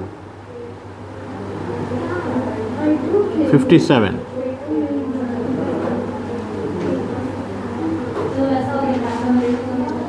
हाँ जी, मन भर खा के लिए पेट भी नहीं भरा। वही मसला है। हाँ जी, कौन बताएगा?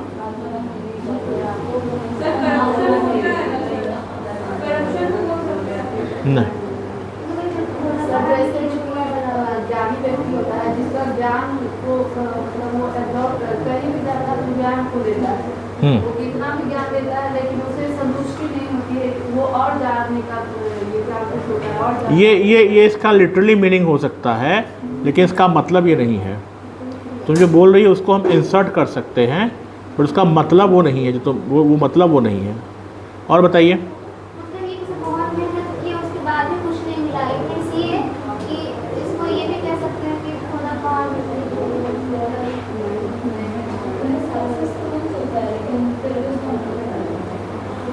बिल्कुल, इसका मतलब वही है। इसका मतलब यही है कि हमने बहुत एफर्ट किया, लेकिन हाँ, लेकिन उसका रिजल्ट जो है उतना नहीं आया। ठीक है, वेरी गुड। चलिए, इसके बाद एक लास्ट आता है 60 नंबर, बहिरा नाचे अपने ताले। उसको कुछ सुनाई नहीं देता। वो तो इसका मतलब है, उसका असली मतलब क्या है? तो ये तो लिटरली जो आप इसको ट्रांसलेट करके बता रही हैं। अपना चीज होता है वो खुद से मतलब अपने कारण चलता है। नहीं, इसका अर्थ ये हुआ कि बहुत सारे लोग ऐसे हैं जो मूर्ख व्यक्ति होता है या संस्कारहीन व्यक्ति, वो किसी की नहीं सुनता, यानी कि वो अपने अनुसार ही कार्य करता है। अपनी बड़ाई मतलब ऐसा व्यक्ति जो असंवेदनशील है उसके लिए कहा जाता है। बहिरा मतलब यानी के लिए बहरा ही है, मतलब असंवेदनशील व्यक्ति ऐसा होता है जो अपने हिसाब से ही कार्य करता है, जो उचित नहीं है। ठीक है, वेरी गुड। तो ये आपने टिक मार लिया। तो आई होप कि अब आपका जो पार्ट 3 होता है, 3 पार्ट होते हैं ऐसे के। तो पहला वाला होता है सामाजिक आर्थिक वाला, दूसरा वाला दार्शनिक होता है, दार्शनिक साहित्यिक होता है, और तीसरा वाला होता है बिहार स्पेसिफिक जो लोकोक्तियाँ होती हैं। तो पार्ट 3 सबसे इम्पॉर्टेंट होता है। हमने आपको एक भी दिया हुआ है, जरा अपना वो खोलिए, आपके पास है लास्ट ईयर का क्वेश्चन पेपर बीपीएससी का। ओके, तो उसमें पार्ट 3 पढ़िए जरा। पार्ट सी जो है, पार्ट सी खंड ग। हाँ, पढ़ो। कौन किसकी आवाज़ सबसे बुलंद है?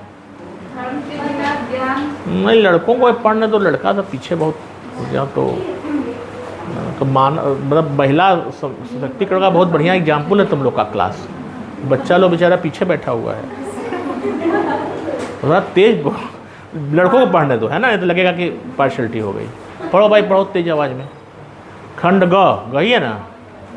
हाँ, पहला वाला ऐसे फास्ट। हाँ, लाउड, फास्ट नहीं, लाउड। हाँ, पढ़ो लाउडली। हाँ, धीरे धीरे पढ़ना, तेजी से, मतलब तेज आवाज़ में। धर्म के बिना विज्ञान के बिना धर्म। क्लियर है? ये तो मैथिली में लिखा हुआ है, बट वही धर्म के बिना विज्ञान अधूरा है, विज्ञान के बिना धर्म अधूरा है, वही है हिंदी। क्लियर कर लेंगे? ओके। अच्छा, एक भैया महारथी की ध्यान रखिएगा कि महारथी थे बीपीएससी में, उन्होंने इसको मैथिली में लिख दिया था ऐसे। मैंने इतना विद्वान नहीं बनना है, हिंदी भाषा में लिखना है, ठीक है, या इंग्लिश भाषा में लिखना है, ठीक है।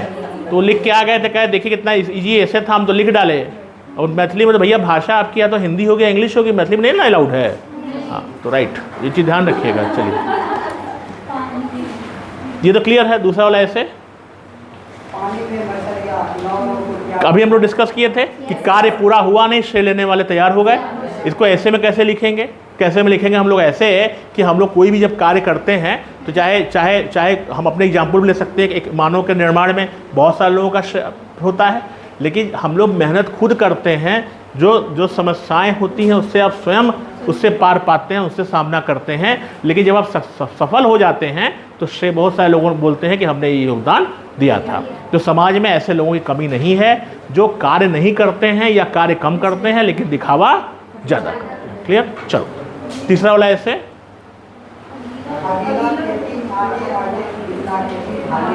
इसका क्या मतलब है? इसका मतलब ये, हाँ वेरी गुड, यानी कि समय पर जब कार्य करिएगा तभी सफलता की संभावना ज़्यादा होती है, सफलता मिलती है। अगर समय बीतने के बाद आप कितना ही प्रयास कर लीजिए सफलता उस तरह से नहीं मिलती। क्लियर? भी अगला खेती मतलब समय के साथ आपने खेती किया, अगर पीछे किया आपने तो खराब हो जाएगी फसल। ठीक है ना? चलो वेरी गुड, अगले आगे। ये तो मालूम है, डिस्कस किया हम लोगों ने, यानी कि जो गुणविहीन व्यक्ति है वो कितना भी अच्छे से आडंबर कर ले, कितना भी अच्छा कर ले, लेकिन वो उस गुणवान जैसे हाथी और घोड़ा होता है वैसा नहीं बन सकता, केवल अपना शिफ्ट। क्लियर? तो आई थिंक इजी था ये। ओके, नाउ थोड़ा टफ की तरफ चलते हैं, विल क्लोज। थक कितने लोग थक गए? कोई नहीं थका। Very good, I am happy. Okay, now आपको मैंने एक और शीट दी है जो यूपीएससी की है, मिली आपको? ऐसे है उसमें, हाँ यही वाला। इसमें पहला ऐसे आत्मसंधान की प्रक्रिया मिला, यूपीएस सेक्शन है, सेक्शन भी मिला आपको? ओके, सेक्शन है, सेक्शन भी लगता है रख लिया इन लोगों ने। हाँ, सेक्शन है, सेक्शन भी किसी के पास नहीं है, सिर्फ ऐसे के कई पेपर है बीपीएससी वाला।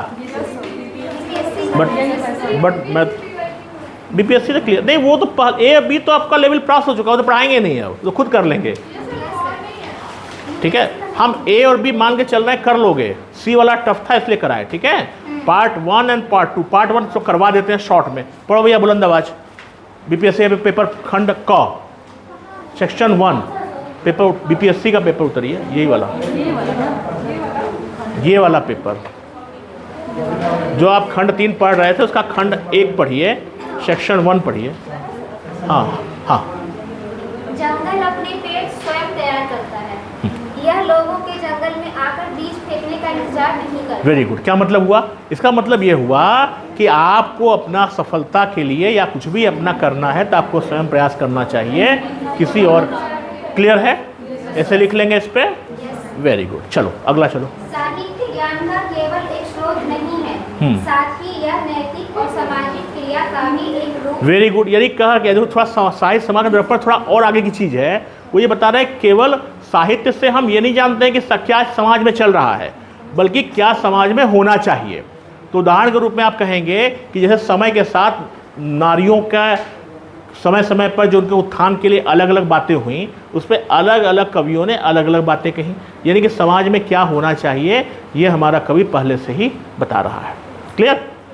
ठीक, हम आपको ऐसे इस पर दे देंगे, ये कविताएं दे देंगे, बट तो ये चलो आगे चलिए, आगे भी और है। हाँ हाँ, अपने अनिवार्य कर्तव्य का पालन करें, क्योंकि कर्म निष्क्रियता से अवश्य ही बेटर है, बहुत बढ़िया है। एक अच्छे जो व्यक्ति में एक गुण में अच्छे गुण होने चाहिए, सत्यनिष्ठा, ईमानदारी, संस्कार होने चाहिए, संवेदनशीलता होने चाहिए, लोगों की सहायता करनी चाहिए। तो ये सब गुण जो है समाज को चलाने में सहायक हैं। इसलिए इस बात की हमें प्रतीक्षा नहीं करनी चाहिए कि दूसरा हमारे साथ कैसा व्यवहार करता है, हमें अच्छा व्यवहार हमेशा करना चाहिए। ठीक है ना? यही सब लिखना है। राइट, आगे चलिए। उत्कृष्ट कला हमारे अनुभव को प्रकाशित करती है, यह सत्य को उद्घाटित करती है। वेरी गुड, ये यहाँ कला का अर्थ केवल वादन नहीं है कि कोई हम कुछ बजा रहे हैं इंस्ट्रूमेंट, इसका अर्थ है कि क्षमता विस्तार। वेरी गुड, हमारी जो स्किल होती है, कोई भी स्किल, हम डॉक्टर हैं, इंजीनियर हैं, अच्छा बोल रहा है, ये सारी चीज़ें जो होती हैं वो अपने आप तभी जो समाज को चलाएंगे अगर इसमें सत्य जैसी चीज़ें, संस्कार के साथ चीज़ें रहेंगी तो वो हमें और अच्छा बनाएंगी। तो इसलिए स्किल जो है, जो भी स्किल हम क्षमता ग्रहण करते हैं वो अपने आप में महत्वपूर्ण होती है। क्लियर? चलिए आगे चलिए, सेक्शन सेकंड पढ़िए। हम इतिहास निर्माता नहीं हैं, बल्कि हम इतिहास द्वारा निर्मित हैं। वेरी गुड, इसका अर्थ यह है कि हम जो कार्य करते हैं वो इतिहास बनता है, लेकिन हम जैसा चाहेंगे वैसा इतिहास बनेगा, यह हमारी सोच हो सकती है। प्रयास करना चाहिए, लेकिन ऐसा कठिन काम है, लेकिन फिर भी कोशिश करनी चाहिए कि हम अच्छा कार्य चलें ताकि इतिहास में हमारा नाम हो। वेरी गुड, चलिए। इंटरनेट ने हमारे संसार को विश्व गांव में बदल दिया। ये तो बहुत ईजी है, ग्लोबलाइजेशन है ना, कि हम सारी चीज़ों की सूचनाएं तुरंत प्राप्त कर सकते हैं। कोई भी परंपरा, किसी भी प्रकार की सूचना, कोई भी परंपरा से कॉपी करना, वो सारी चीज़ें जो हम स्वयं प्राप्त कर सकते हैं। विचार जीवन का आधार है। विचार जीवन का आधार है। इसका मतलब यही है कि आपके जैसे विचार रहेंगे वैसे आप व्यक्ति बनेंगे। आपके विचार अच्छे रहेंगे तब अच्छे व्यक्ति बनेंगे, खराब रहेंगे खराब रहेंगे। मानव और पशु में अंतर, तो मानवीय प्रवृत्ति और पाशविक प्रवृत्ति, उसके बीच में अंतर आपको दिखा देना। क्लियर हो गया? हाँ हाँ, कोविड के बाद बदलाव मांगती शिक्षा। ये तो बहुत क्लियर है। ऑनलाइन शिक्षा की बातें हम लोग कर रहे थे, फेसलेस शिक्षा कर रहे थे, इसमें क्या क्या हुआ, कैसे लोग पढ़ रहे हैं, है ना। इसके लिए अलग मटेरियल की आवश्यकता पड़ेगी, अच्छा है बुरा है। कंक्लूजन ये निकालना है कि भले ही बदलाव हुआ लेकिन अभी भी जो ट्रेडिशनल मेथड है वो बेस्ट है, और जितनी बड़ी यूनिवर्सिटीज़ हैं वहाँ पर ट्रेडिशनल मेथड ही यूज होता है। इसलिए कुछ भी मान लीजिए, जो शिक्षा के परंपरागत जो तरीके हैं वो ज़्यादा अच्छे हैं। क्लियर? ठीक हो गया, वेरी गुड। हो गया बीपीएससी, है ना, very good. I don't think कोई टफ था इसमें। ओके, बट टफ यहाँ पर यह था कि हमें ऐसे की क्वालिटी अच्छी लिखनी होगी। नाउ यहाँ तक क्लियर है सब लोग। अब हम लोग अगले क्लास में क्या करेंगे, अगले क्लास में हम आपको कुछ इंपॉर्टेंट पंक्तियाँ देंगे, कविताएँ देंगे, पोएम्स देंगे, इंग्लिश में भी ले आएंगे भाई, और जो इंग्लिश पोएम्स देंगे, इसके साथ साथ कुछ इंपॉर्टेंट लाइन्स देंगे, लाइन्स कोट्स देंगे जो आप यूज कर सकते हैं, कोट्स इंपॉर्टेंट। इसके बाद हम आपको नेक्स्ट क्लास में हम यही पढ़ाएंगे आपको। उसके बाद जो नेक्स्ट क्लास होगी इसमें हम बताएंगे कि हाउ टू राइट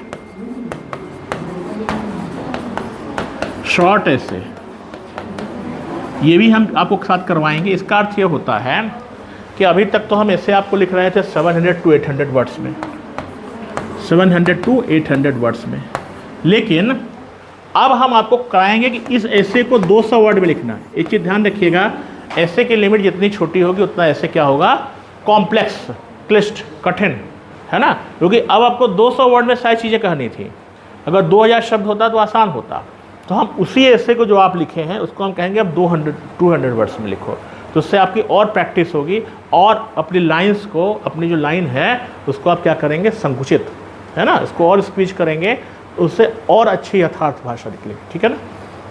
तो 700 वर्ड का ऐसे 200 वर्ड में करेंगे, इसका मतलब आप और पॉइंट इसमें लिख सकते हैं। क्लियर कर पा रहे हैं इस चीज़ को? ये हम लोग करेंगे।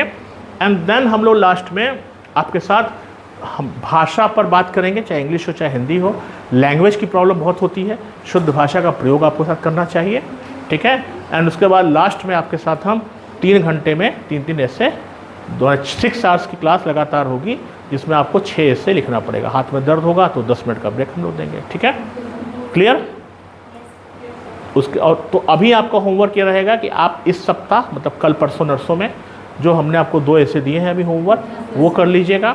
और दूसरा जो है, ये रेड वाला पन्ना सबको मिला है, ये हम डिस्कस नहीं कर रहे हैं। ये 4 पन्ने सबको मिले हैं ना? हाँ, इसको नहीं मिला भैया तो फोटोकॉपी करवा लेना, हम तो दे देते थे। इसको कृपया याद कर लीजिएगा, है ना। ये क्योंकि हिंदी में है इसलिए समझाने की आवश्यकता नहीं है, ये क्लास 10th 12th की चीज़ है। ठीक है, तो इसमें कोई समझाने की चीज़ नहीं है, मैंने इसका मतलब दे दिया है। ठीक है।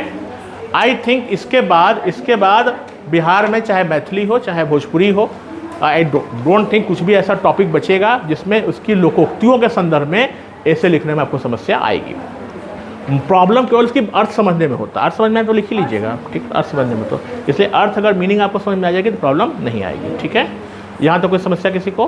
Very good. और कोई चीज़ डाउट किसी को कुछ पूछना है?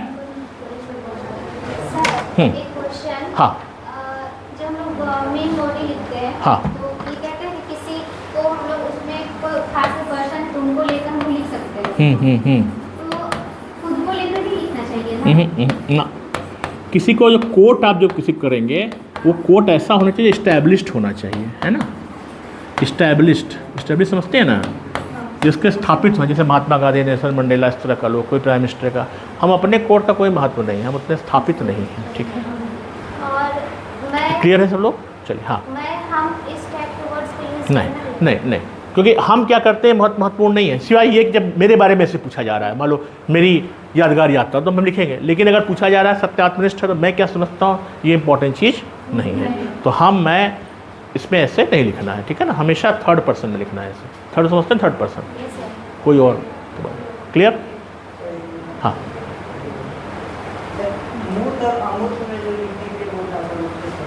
मूर्त जो दिखता है, अमूर्त जो नहीं दिखता, उसमें कौन सी प्रॉब्लम है? मूर्त का अर्थ होता है मूर्ति जो दिख रही है, अमूर्त जो नहीं दिखता है, नहीं दिखता है।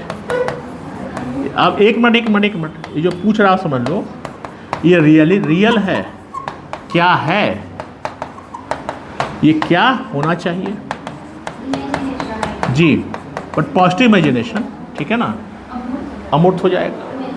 इमेजिनेशन कैसा हम देख रहे हैं चीज़ों को, ठीक है। तो मूर्त का अर्थ होता है जो दिख रहा है, जो अमूर्त जो नहीं दिख रहा है, ठीक। और कोई डाउट? ओपन सेंटेंस होता है, क्लोज सेंटेंस होता है, उसमें एग्जाम में जो इतना समय हमको पास नहीं रहेगा कि हम सोच सकें कि इससे और बार निकलेगा, इसके लिए हम क्या करें। एग्जाम के पहले 1 साल बचा है, उसमें प्रैक्टिस करिए। नहीं समझ में आता सेंटेंस से और बार निकल सकता है क्या? तो जो भी सेंटेंस है हमको समझ में नहीं आता है कि उससे कितना। वो तुमको तो 1 साल बाद एग्जाम देना है जी। अरे 1 साल बाद नहीं एग्जाम देना है, 1 साल में तो दुनिया पलट जाएगी। कौन सी खास चीज़ है? तो यूपीएससी टॉप कर जाएगा पढ़ के, तो इस पर कौन सी खास चीज़ है? पढ़ो। ये जो पूछ बैठ इसका जो पूछ रहा है उसका उपाय क्या है समझ लीजिए। उसका उपाय ये है कि जिस रूम में आप पढ़ते हैं तो 4 दीवार होगी उस रूम में, तो जिस दीवार पे उठने के बाद पहली आपकी नज़र पड़ती है तो भगवान की फ़ोटो रखते होंगे। आजकल हीरो हीरोइन के लिखना रखता होगा, तो नहीं लिखता, कोई बात नहीं, अच्छी बात है। तो वहाँ ये लिख लो, हिंदी मीडियम है तो हिंदी में चाहे इंग्लिश में, समझ रहे हो, A4 साइज के पेपर में, समझ रहे हो। और दूसरा ये है कि जो बेड है तुम्हारा, यहाँ तकिया है, यहाँ पर लक्ष्मीकांत किताबें हैं, इधर भी ऐसे ऐसे। तो इसका मतलब क्या हुआ? स्लीप IS है ना, स्पीक IS, हाँ, एंड ईट IS है ना। इसका मतलब यही होता है। ये कर लीजिए, क्या दिक्कत है? प्रॉब्लम ये है कि तुम जो क्वेश्चन पूछ रहे हो वो अमूर्त टाइप का क्वेश्चन है। इसका मूर्त रूप ये है, मतलब ये है कि हम हाइपोथेटिकल इमेजिनेशन है कि साहब हम कैसे करेंगे, but practice makes a man perfect. हमने किया है, आप भी कर सकते हैं। उसके लिए करना सिर्फ यह है, अच्छा क्वेश्चन है, समझ लो, सभी के लिए बात है, इसलिए नहीं बोल रहे हैं कि 24 आवर्स का हमारे पास टाइम है। मान लो 8 घंटे सोते हैं, है ना, यूट्यूब अगर देखते हैं, सोशल मीडिया देखते हैं, वो तो चलो अलग चीज़ है। बाकी आपके पास 16 घंटे पढ़े, मान लो 16 घंटे में आप 4 घंटे 5 घंटे कोचिंग में पढ़ते हैं, आपके पास कितने घंटे पढ़े? 11 घंटे। अब 11 घंटे मान लो अपना रूम भी साफ़ करना है, खाना बनाना है, बहुत चीज़ मान लो करनी है, तो 4 घंटे, तब भी तो 6 से 7 घंटे बच रहे हैं भाई। इसमें तो पढ़ाई करनी पड़ेगी, बट हम जानते हैं आप नहीं पढ़ते हैं। सभी के लिए ये चीज़ है, नहीं पढ़ते हैं हम लोग, क्योंकि हमारे पास विजन क्लियर नहीं, हमारे पास ये मालूम होना चाहिए कि हमें क्या पढ़ना है। ये भी इंपॉर्टेंट चीज़ है। तो आपको you should have a time table. बहुत लोग कहते हैं टाइम टेबल की आवश्यकता नहीं है, ठीक है, लेकिन आपको जब शुरुआत कर रहे हैं तो एक मालूम होना चाहिए कि हमें हिस्ट्री, मॉडर्न हिस्ट्री कितने टाइम समाप्त करनी है, मिडिवल कितने में करनी है, एशियन कितने में करनी है, हिस्ट्री ज्योग्राफी में भी फिजिकल ज्योग्राफी, ह्यूमन ज्योग्राफी कब करनी है, इकोनॉमिक कब करनी है, पॉलिटिक्स कब करनी है। तो you should have a idea. तो हम सिंपल सी बात मैं ये कह रहा हूँ कि जब 6 घंटे आप रोज़ पढ़ाई करेंगे तो कम से कम 8-10 पन्ने तो पढ़ लेंगे, 12 पन्ने। अब पढ़ाई आराम से, तो पढ़ाई जब कर लोगे तो समस्या नहीं आनी चाहिए। क्लोज जब हमारे पास फैक्ट होगा, तथ्य होंगे, तो फिर अपने आप क्लोज इंडेड सेंटेंस बन पाएंगे। अगर हमारे पास एग्जाम्पल, बैठ जाओ, हमारे पास एग्जाम्पल जो है, बड़ा अच्छा प्रश्न है इसका, कि हमारे पास मान लो एग्जाम्पल कृषि के बारे में इतना ही है कि भारत एक कृषि प्रधान देश है, तब तो यही कहानी सुनाएंगे, भाई कृषि प्रधान देश है, इसकी बहुत बड़ी संख्या कृषि कार्य करती है, मिट्टी इतने प्रकार की होती है ना, उसके बाद कृषि से ये फसलें होती हैं। लेकिन हमारे पास अगर फैक्ट हुआ कितने % जनसंख्या काम करती है, जीडीपी में कितना योगदान है, उस जीडीपी में भी ये देखना है कौन सी फसल का कितना योगदान है ना, कौन सी फसल कैश है, कौन सी नहीं है, किसानों की स्थिति, पर कैपिटा इनकम भी हमें पता है कौन से राज्य में ज़्यादा है, कौन से कम है। तो हम ये सेंटेंस बना सकते हैं कि भारतीय कृषि की समस्याएं जो हैं वो हर पूरे समान नहीं है, समान है। अपने आप देखो नया स्टेटमेंट आया कि भारतीय कृषि की समस्याएं सभी राज्यों में एक जैसी नहीं है। यानी सूखे की समस्या से थोड़ी ना, बिहार में बहुत ज़्यादा सूखा नहीं पड़ता, लेकिन अगर हम अब तो क्लाइमेटिक चेंज हो रहा है, लेकिन समय में जब राजस्थान में बहुत ज़्यादा सूखा पड़ता था, अब तो क्लाइमेटिक चेंज का वहाँ नहीं पड़ने लगा है। फॉर एग्जाम्पल दे रहे हैं, है ना। या खाद की समस्या सब जगह नहीं है, जहाँ जहाँ हमारी लेटराइट मिट्टी है, ब्लैक सॉइल है, वहाँ पर प्रॉब्लम नहीं है। किसानों के ऋण की समस्या, बिहार में क्या समस्या ऋण की? ऋण लेता ही नहीं किसान, महाराष्ट्र साउथ में बहुत ज़्यादा है। तो हमें अगर ये कॉन्सेप्ट क्लियर होगा कि किस किस क्षेत्र हम और अच्छा आंसर लिख सकते हैं। तो क्लोज्ड इंडेड सिर्फ इसलिए हम कहते हैं जब फैक्ट हमारे पास ज़्यादा हैं, हमारे पास पाइप का मुंह छोटा है, निकलना ज़्यादा है, तो हम जान के वही चीज़ निकालेंगे जो हमारे काम की चीज़ हो। क्लियर? तो इसके लिए हमको फैक्ट के साथ अच्छे से जानकारी होनी चाहिए, और फैक्ट की जानकारी तभी आएगी जब हम क्या करेंगे, पढ़ाई, प्रैक्टिस। अब आप कह सकते हो कि साहब हम पढ़ते हैं बट हमारा मन नहीं लगता है। क्वेश्चन ये है, पूछना चाहिए, है ना? होता है ना कि जब हम पढ़ाई करने बैठते हैं तो हमें याद आती है मम्मी की याद आती, अच्छी बात है, मतलब बाकी भी याद आने लगती है, ये हुआ था, वैसे हुआ था, वैसे हुआ था, है ना? आता है।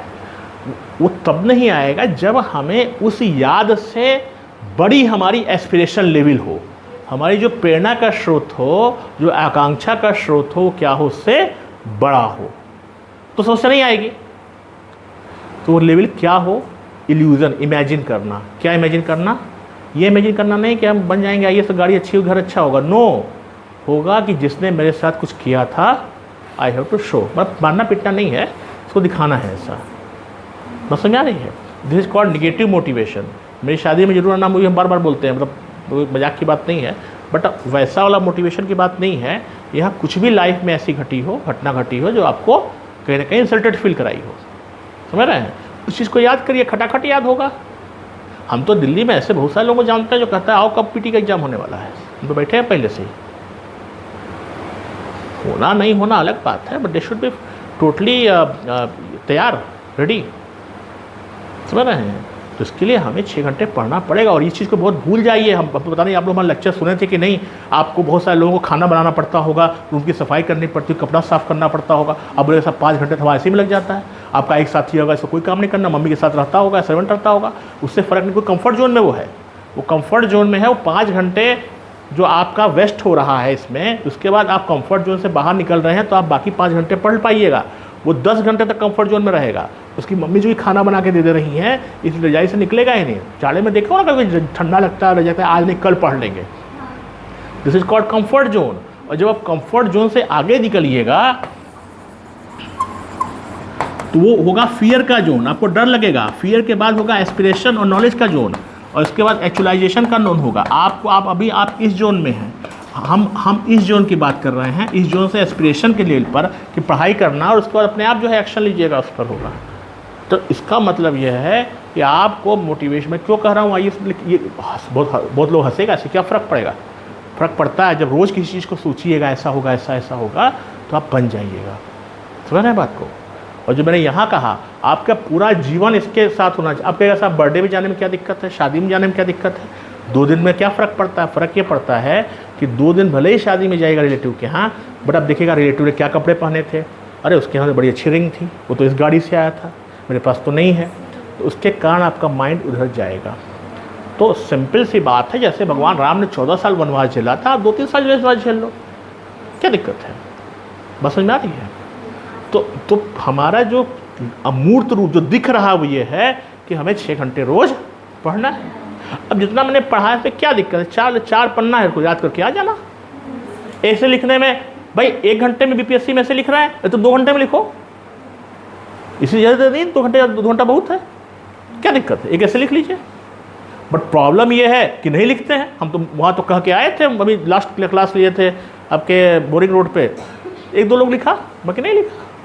क्यों नहीं लिखे? आखिर टॉपिक भी टफ नहीं था। टॉपिक नहीं टफ है, मेरा 10 व्यक्ति और मेरी याद इसमें कौन टफ है? हम तो ये कहे नहीं ना कि डर के आगे जीत है, लिखो, वो भी लिख सकते हैं, मतलब बात समझ रहे हैं? तो इसका मतलब सिर्फ ये है कि आपको पढ़ाई करनी है, ठीक है? और एक चीज़ ध्यान रखिएगा, आपका समय जो है बहुत कीमती है। 2 साल आराम से बीपीएससी का, यू आर लकी कि बीपीएससी के एग्ज़ाम्स हो रहे हैं। और मैं तो बीपीएससी नहीं, मैं तो यूपीएससी के लिए कहूँगा आप लोगों को। फिर भी आपका जो आपका टारगेट है, आराम से एग्ज़ाम दीजिए और आपका सिलेक्शन हो जाएगा। कुछ भी टफ नहीं है। और मैं तो हमेशा इस चीज़ को कहता हूँ कि आपके पेरेंट्स ने आपको कोचिंग में भेजा है, एटलीस्ट आपका खर्च उठा पा रहे हैं, उसके बाद तो बैड लक हो ही नहीं सकता। जो बोलता है, लोग घूमता रहता है कि साहब नहीं हुआ, 6 साल 10 साल तैयारी किए, बैड लक नहीं होता है। उन्होंने पढ़ाई नहीं की थी, है ना? पढ़ाई नहीं की तो नहीं पढ़े थे वो लोग। और डिस्टॉर्शन के साधन ज़्यादा हैं। अभी तो जब से सोशल मीडिया आया, कुछ नहीं तो पहले तो बाहर डिस्टॉर्शन होता था पार्क में, अब तो घर में डिस्टॉर्शन होने लगा है। जब शाम को बंद किया, देखे अपना यूट्यूब खोल लिए, फेसबुक डाया, तरह तरह के उसमें कॉमेडी सीन्स आते हैं, है ना? तो और अच्छा लगता है कॉमेडी सीन।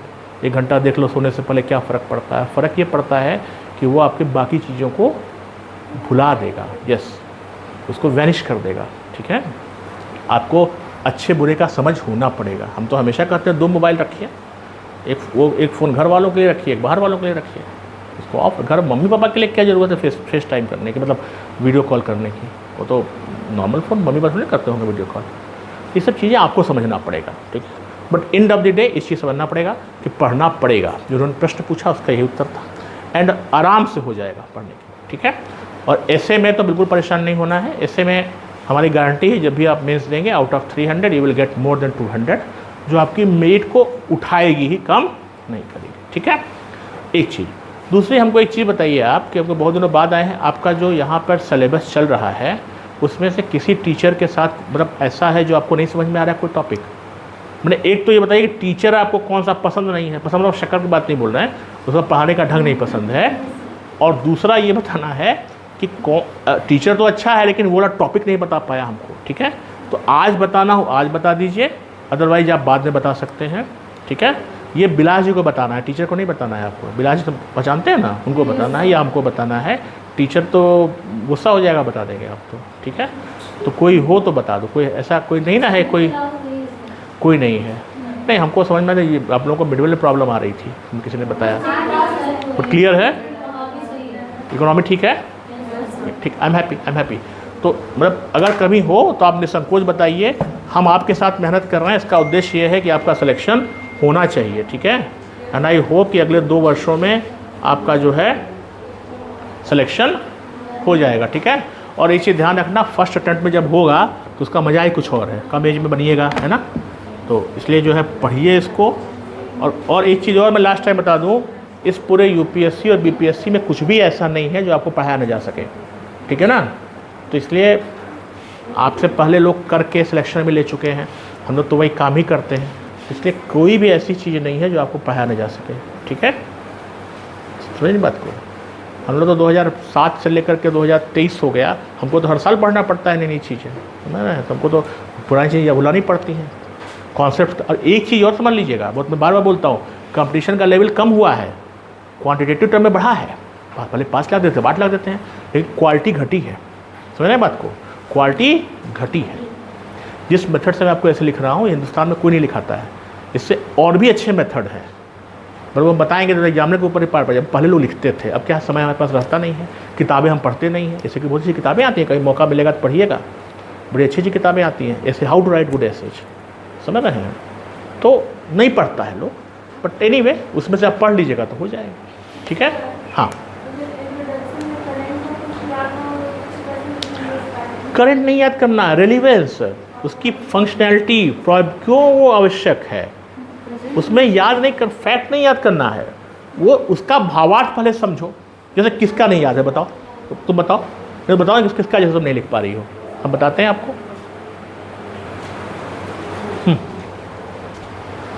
किसका नहीं लिख पा रही हो बताओ बताओ, ताकि तुम्हें कॉन्फिडेंस हो जाए कि सबका लिखा जा सकता है।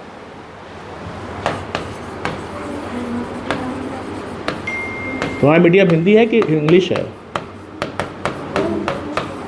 बताइए किसका नहीं समझ, किसका बोले, किसका नहीं याद आ रहा है बताओ, तुम बताएं। बोलो बोलो बोलो बोलो।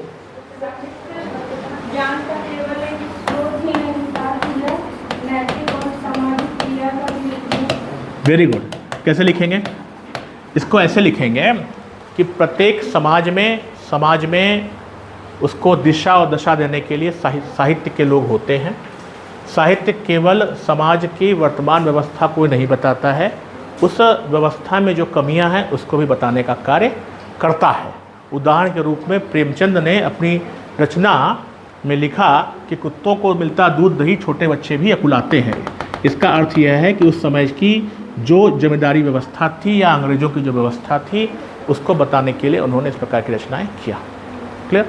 तो चौथी लाइन नहीं भी लिखो तो तुम ये लिखो कि समाज को बताने के लिए साहित्य, जो कवि है, जो साहित्यकार है, वो अपनी बातों को लिखता है और केवल वर्तमान की ही बातें नहीं लिखता है, उसमें जो कमियां होती हैं उसको भी बताने का प्रयास करता है। क्लियर? क्लियर है? यही लिखा है, इसमें याद करने की कोई बात नहीं है, ठीक है। और कोई डाउट? चलिए, तो आई थिंक आप लोग थक भी गए होंगे, ठीक है ना, और आज का काम पूरा हो भी गया। जितना हमने बताया है इसको कृपया पढ़ लीजिएगा। अगली क्लास में आप हमको बताइए क्या चीज़, किस ऐसे को लिखने में प्रॉब्लम आ रही है। हम कोशिश ये करेंगे कि फॉर्मेटिंग आपको ऐसे की करा देंगे, ड्राफ्टिंग, बट ड्राफ्टिंग का महत्व इसलिए नहीं है कि एक ही ऐसे को 20 तरीके से लिखा जा सकता है। तो हो सकता है कि हमसे अच्छा मेथड आप ऐसे अच्छा लिखें, ठीक है ना, इसलिए हम लोग स्टैंडर्ड ड्राफ्टिंग नहीं कराते हैं, लेकिन फिर भी आपको हम ऐसे लिख करके दे देंगे, ठीक है। But drafting is different thing, उसको कैसे लिखा कैसे पॉइंट पे, लेकिन फिर भी किसका नहीं समझ में किसी का आएगा अगर आपको, तो हम ड्राफ्टिंग करा देंगे, ठीक है। बट मेरा मानना है कि आप हमसे ज़्यादा अच्छा ऐसे लिखेंगे, इसलिए आपको लिखना है। क्लियर? तो यहाँ तक हो गया सबको बात? तो ये हो गया। तो अगले क्लास में हम लोग मिलेंगे तो आपके साथ ऐसे होगा, और प्लस हम लोग कुछ आपको पोइट्री देंगे जो आपको लिखेंगे, और प्लस हम ऐसे को कैसे शॉर्ट में लिखा जाए उस पर करेंगे, ठीक है। चलो ठीक।